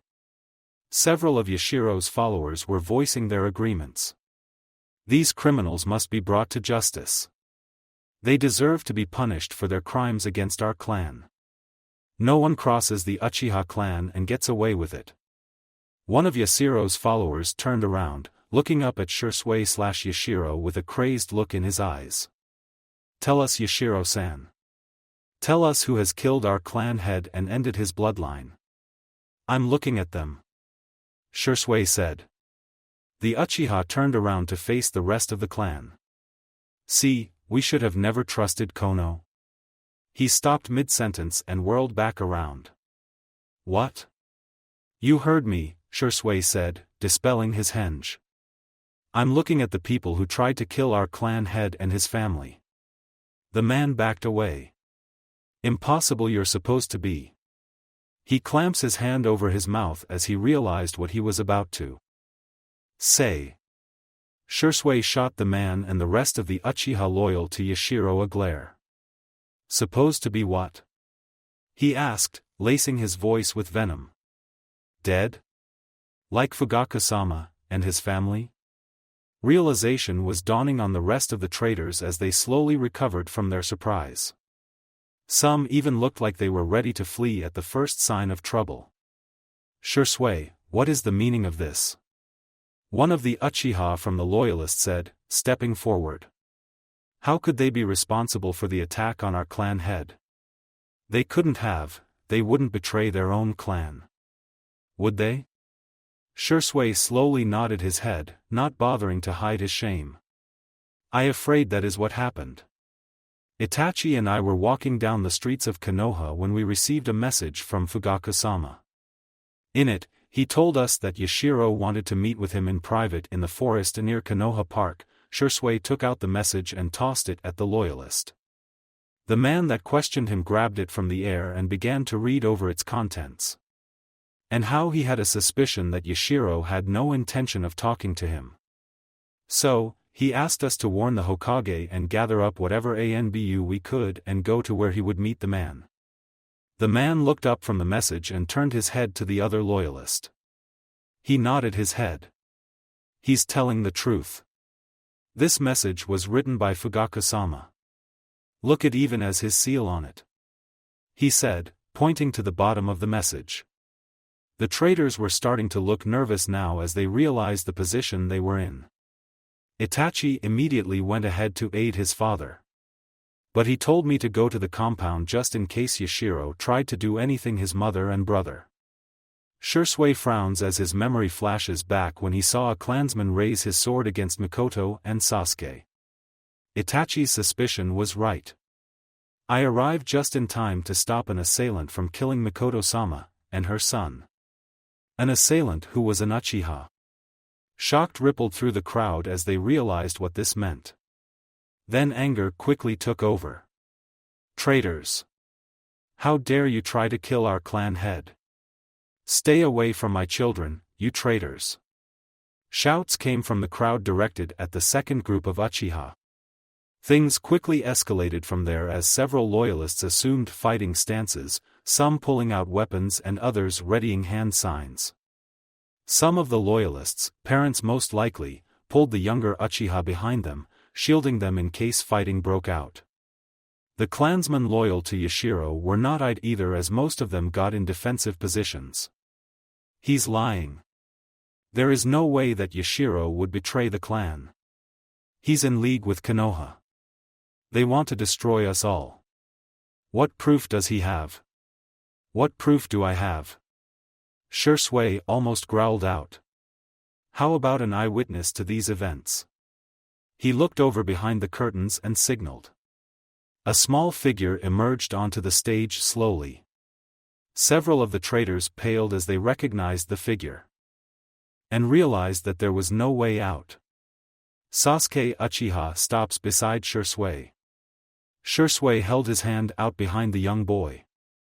Sasuke-san here can confirm what I said. The boy looked up at Shursui, then at the crowd. He's right. The young Uchiha said hesitantly. Mom and I were talking when? When? The boy trailed off as he began to shake. Shursui gave the boy a pat on the back. Sasuke looked up at Shisui, his eyes having a mix of fear and confusion in them. It's alright, Sasuke-san. I'll keep you safe. No one. Shisui shoots a heated look at the small group of Uchiha. And I mean, no one here will harm you. The boy stared up at him for a moment before nodding. He looked back out at the assembled body of the Uchiha clan. We were attacked by some clansmen. They said that Yashiro sends his regards. Sasuke said. That our deaths would bring glory to the Uchiha clan. The boy's lying. The traitor must be putting him up to it. One of the traitors said, pointing at Shisui. We would never kill another Uchiha. I'm not lying. Sasuke shouted, tears streaming down his eyes. I saw it myself. They tried to kill us.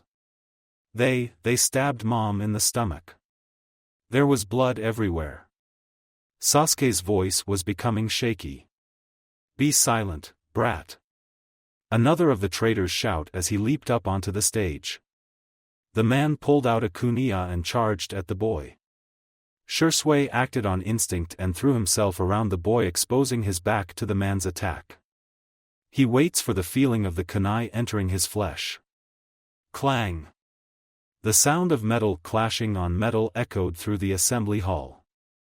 Shisui looks up and turns his head around. The clansman he talked to before coming onto the stage was standing in front of the attacker. He was using a kunai to hold off the attackers.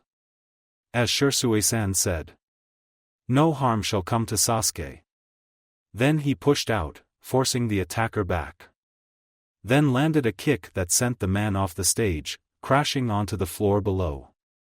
Making sure that Sasuke was alright, Shisui stood up and turned to face the man. Thank you. He said. The man nodded at him, keeping his eyes on the Uchiha below. I was doing my duty as a loyal member of this clan. Take Sasuke to the back and make sure he stays safe. Shisui said. Right away, Shisui-san. The man said, putting his weapon away. He went over and took the young Uchiha's hand. You did, well, little guy. Shisui said to the boy, smiling at him. Now, let me handle the rest.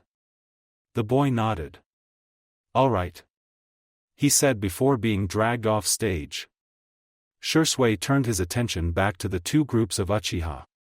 That little stunt seconds ago had worsened the tension between the two. The clan was just a hair's breadth away from a civil war now. I suggest that you all surrender now. He said to the smaller group of Uchiha. One of the traitors glared at him. Why would we do that? Shisui felt his anger flare for a moment. How foolish can you be? He shouted at the man and the rest of Yashiro's loyalists. Your little rebellion has been exposed, both to the rest of the clan and the village. Your leader is likely dead now or being taken to TNI for interrogation, and in case you haven't noticed. He gestured to the much larger group of Konoha loyalists. You're the minority here. If you try to fight, you will lose and make things worse for yourselves. He's right, said one of the loyalists, holding out a sword.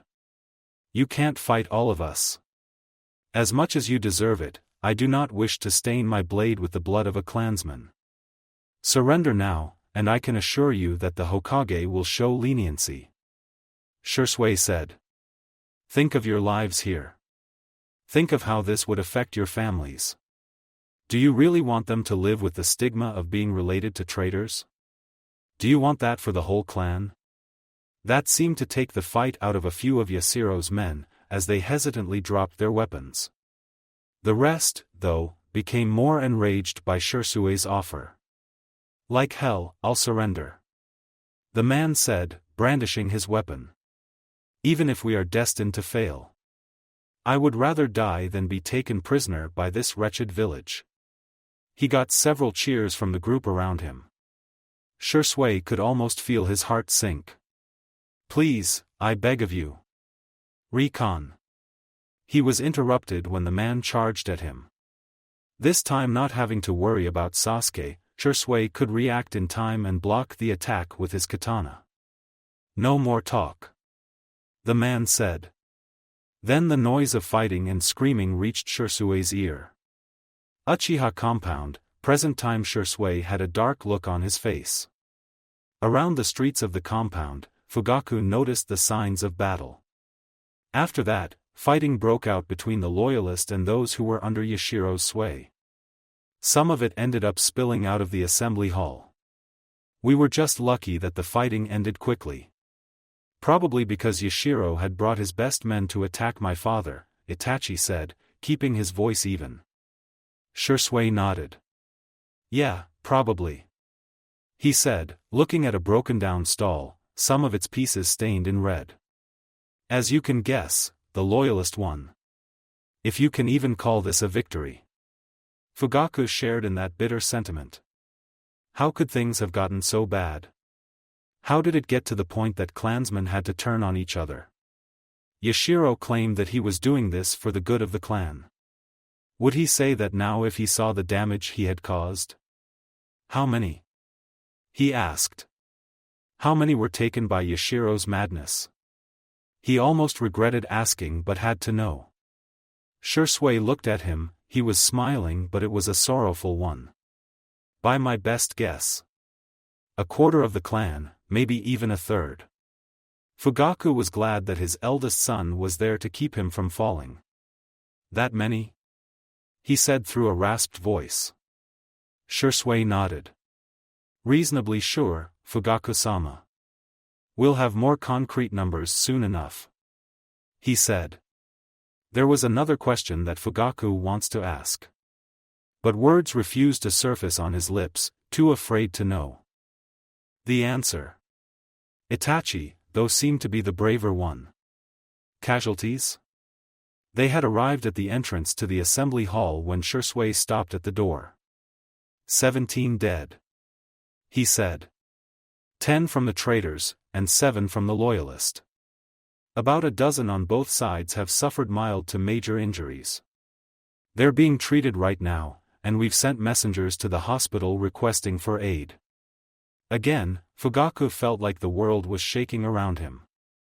Add in those killed during the fight in the forest, tonight's death count had risen past 36 people, with possibly more to be added. "Oh, Kami," he said. A part of him hoped that this was all one big nightmare, that he would wake up any moment. "Is Yashiro still alive?" Shursui asked. Fugaku nodded his head. "Yes, he is. He's being taken to TNI as we speak." Now he was regretting not going with his first instinct to kill the man. Shursui eyes cloud over for a moment as he looked down briefly. "I say it's more than he deserves." The young man took a deep breath. "Come on, let's go in. I think it would do the rest of the clan good to see you, Fugaku-sama. This night has shaken them, all of us to the core." Fugaku nodded. Shursui opened the door, letting the group enter the assembly hall. The first thing Fugaku noticed was the divide in his clan. On one side, under guard and tied up, was what he guessed was the Yashiro's remaining followers. The expression on their faces was an even mix between resignation and defiance. A few were being attended to by medics. The larger group of loyalists huddled together far from the others. They seemed mostly content to ignore or stare hatefully at the bound traitors. Along one of the assembly hall's walls were several bodies covered by sheets, noticeably separated into 2 groups. A few guards stood over them while a few other Uchiha knelt over the bodies, seemingly in mourning. The atmosphere, though, was somber. This was not a gathering of celebration or camaraderie among clansmen. A prevailing sense of defeat and shame hung in the air. Something that had not been felt since the Kyubi attack. One of the ANBU, a young man with silver hair, spoke up. "Things won't be the same, will they?" Fugaku remained silent, thinking over tonight's events and everything leading to them. "Perhaps," was all he could say. He had much to think about, and looking at the rest of his clan, he knew the same could be said about them. After a moment, one of the Uchiha noticed the new arrivals. Their expression lit up when they saw Fugaku. "Fugaku-sama!" The young man shouted, grabbing the attention of everyone in the assembly hall. "It's Fugaku-sama. He's alive. He's here." He kept saying, pointing at Fugaku. The crowd of Uchiha looked at where the man was pointing and broke into excited chatters. A few even tried to approach him. "Fugaku-sama, we're so glad to have you back. It's a relief to see you alive. Is it true that Yashiro tried to kill you? Where is he? Is that Hayashi-sama? Are the Hyuga helping us?" More questions were being thrown at Fugaku-sama, coming at him quicker than he could handle. Itachi stepped in front of him, as did Shisui. "Please calm down, everyone," Itachi said. "My father has only just arrived, and as you can imagine, this has been a long and trying night for him." "That's right, give the man some space," Shisui cut in. This seemed to calm the crowd down some, allowing Fugaku to respond. "I appreciate your concern for my well-being," Fugaku said, silently nodding his thanks to the two young men. "I will answer everything you have to ask of me in due time. But first, other matters must be attended to." Several of the Uchiha clansmen nodded at him. "Yes, Fugaku-sama," one of them said. "What is it you wish us to do?" Fugaku looked over at the captured traitors. Most of them were looking at him in shock, some in anger. "First off, are the traitors secured?" he said. The clansmen looked over at the group-bounded Uchiha. "They have been, Fugaku-sama," he said, nodding. Then he looked back at Fugaku. "Though I'm afraid some of the traitors managed to escape the compound. We did not have the manpower to pursue them, so I fear they have already left the village." Fugaku grimly nodded at the man. "Anbu-san," he said. "Yes, sir," the silver-haired Anbu said, standing at attention. "Inform the Hokage of this development. That he needs to send hunter squads after them," Fugaku commanded. If they acted quickly enough, there was still a chance to contain the situation. "Also, ask him to summon here to pick up the captured traitors." "Understood," the young man said before rushing out of the assembly hall. With the Anbu gone, Fugaku turned his attention back to the clansmen. "Have the traitors prepped for pickup?" he said. The man nodded. "Already on it, Fugaku-sama." The man signaled to a couple of others. They nodded and rushed off to where the prisoners were. "I believe I can be of assistance," Hayashi said. Fugaku looked at him for a moment, then back at the clansman. "Will that be acceptable?" The man nodded. "We can use all of the help we can get," he said. "Then your help will be appreciated," he said to his old friend. "And Hayashi, thank you. It's been good working with you again."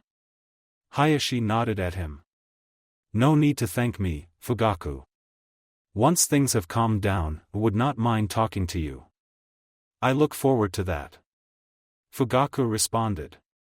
Hayashi and a few Anbu and Jonin left for the prisoners. "Is there anything else?" the clansman asked. Fugaku noticed that most of the clan's youngest were still in the assembly hall. "Get the younger Uchiha out of here and back to their homes. More Konoha squads will be arriving soon, and most of the clan will likely be subject to interrogation. I don't want them to be here for that." "Of course." The clansman nodded. "Should their families be allowed to go with them?" he asked. Fugaku thought about it for a moment. It would not do the children well to be left alone, especially after tonight. Only if they are civilians. Those who have shinobi parents should go with the kids that don't. "I'll help out with that," Shisui said, stepping up. "Thank you, Shisui," Fugaku said. "No problem," Shisui said, leaving with a few other Uchiha. Now left with only a few Anbu and other Konoha shinobi, Fugaku had one last thing on his mind. Speaking of the younger Uchiha. Where is my son? The clansman smiled at him. He's up by the stage, he said, pointing to the front of the assembly hall. Fugaku's line of sight followed where the man's finger was directed at. Sure enough, he saw his son sitting up at the stage, another clansman nearby watching over him. Fugaku felt relief wash over him. Hearing Shursui say his son was okay had relaxed him, but seeing him safe had fully lifted the burden off of his shoulders. He turned to look at the Konoha loyalist. If you would not mind. Of course. A jonin said. We'll stay here and help out however we can. Fugaku nodded, then looked to his eldest son. Itachi nodded and gestured for him to lead the way. The two Uchiha through the assembly hall, going to where Sasuke is. When they got close, the man watching over him noticed them and bowed.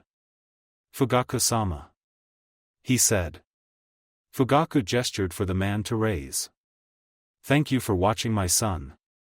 You can go now. The man nodded at him and left. Now alone with his two sons, Fugaku looked to his youngest. Sasuke, he said, feeling a swell of emotion.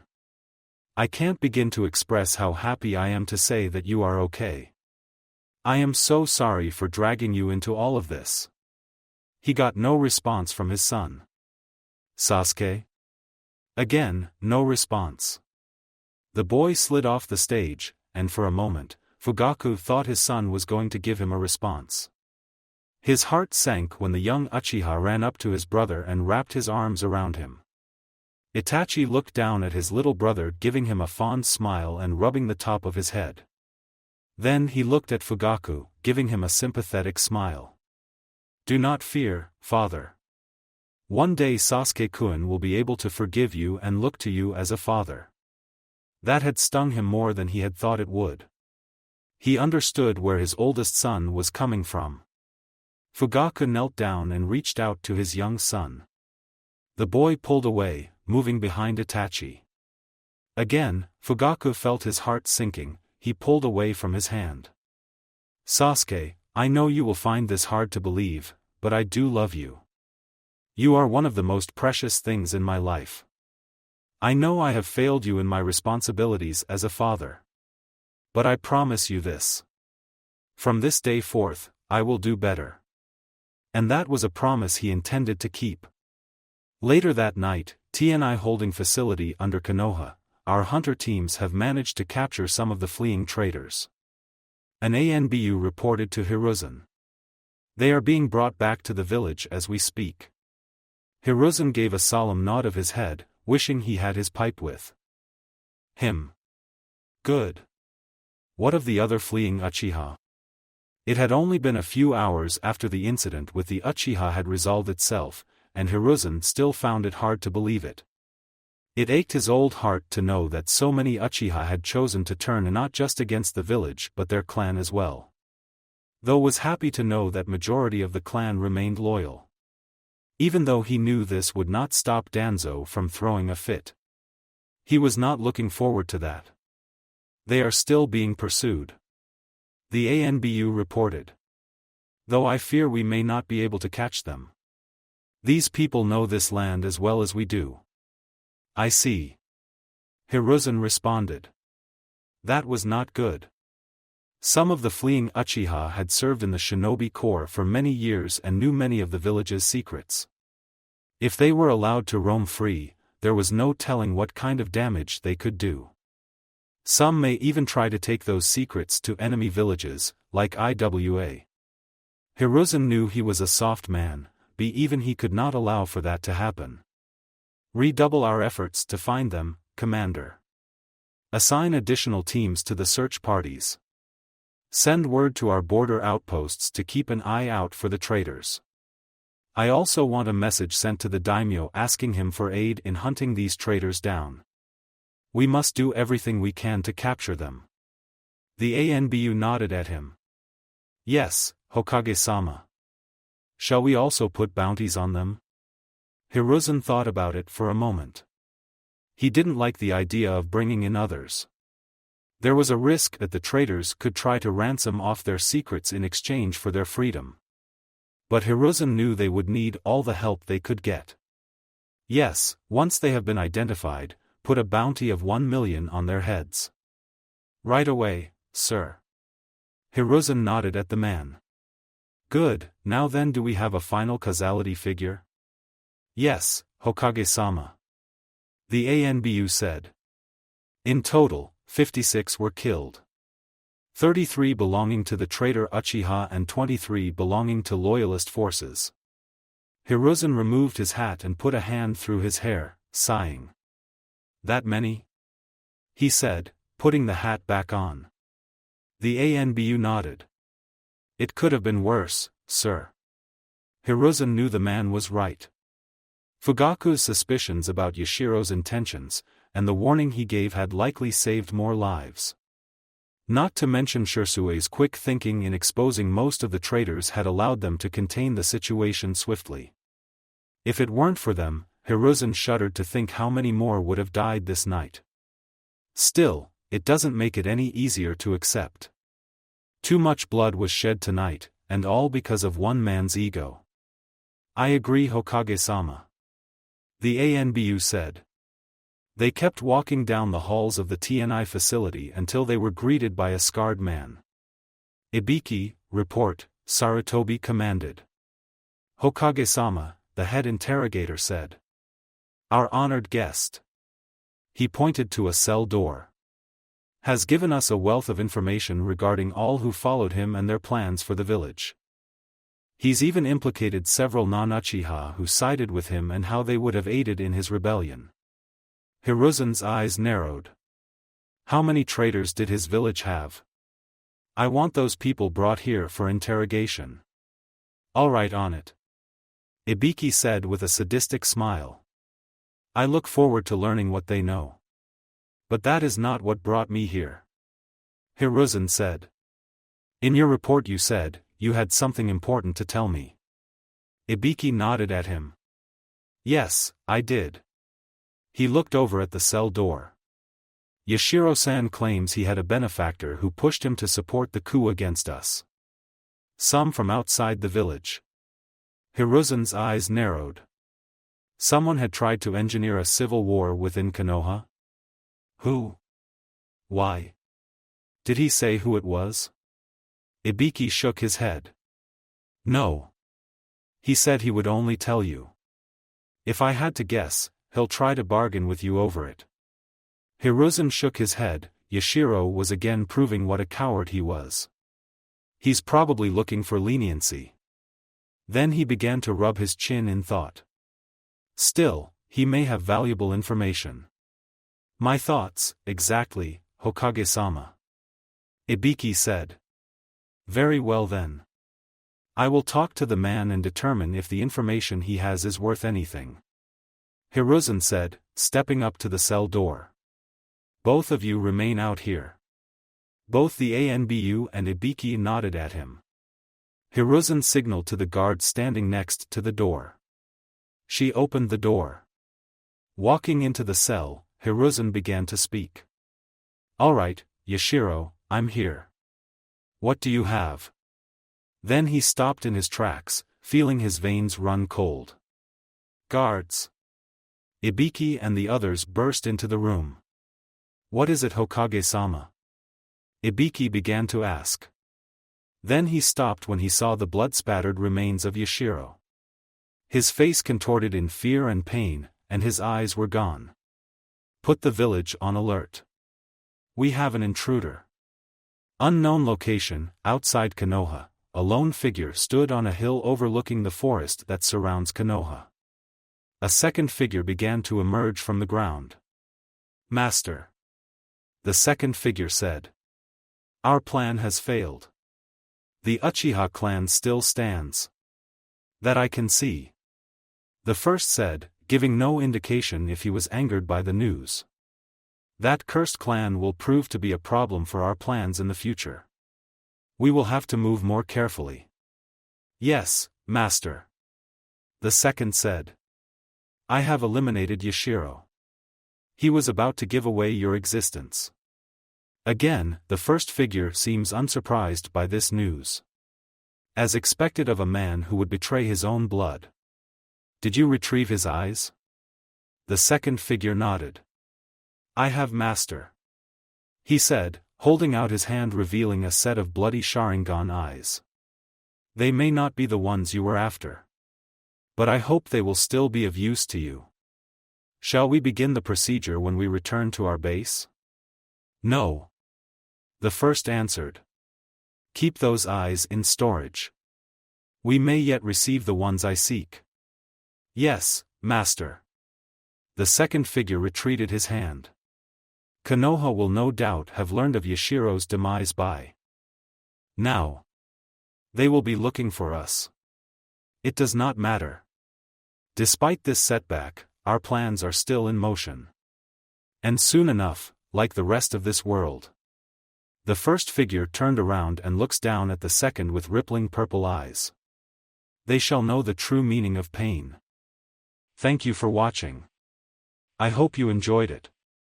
Make sure to like and subscribe, and don't forget to share this video with your friends. Guys, make sure to help the author by visiting the link in the description. This is Fox Sage, and I'm signing off.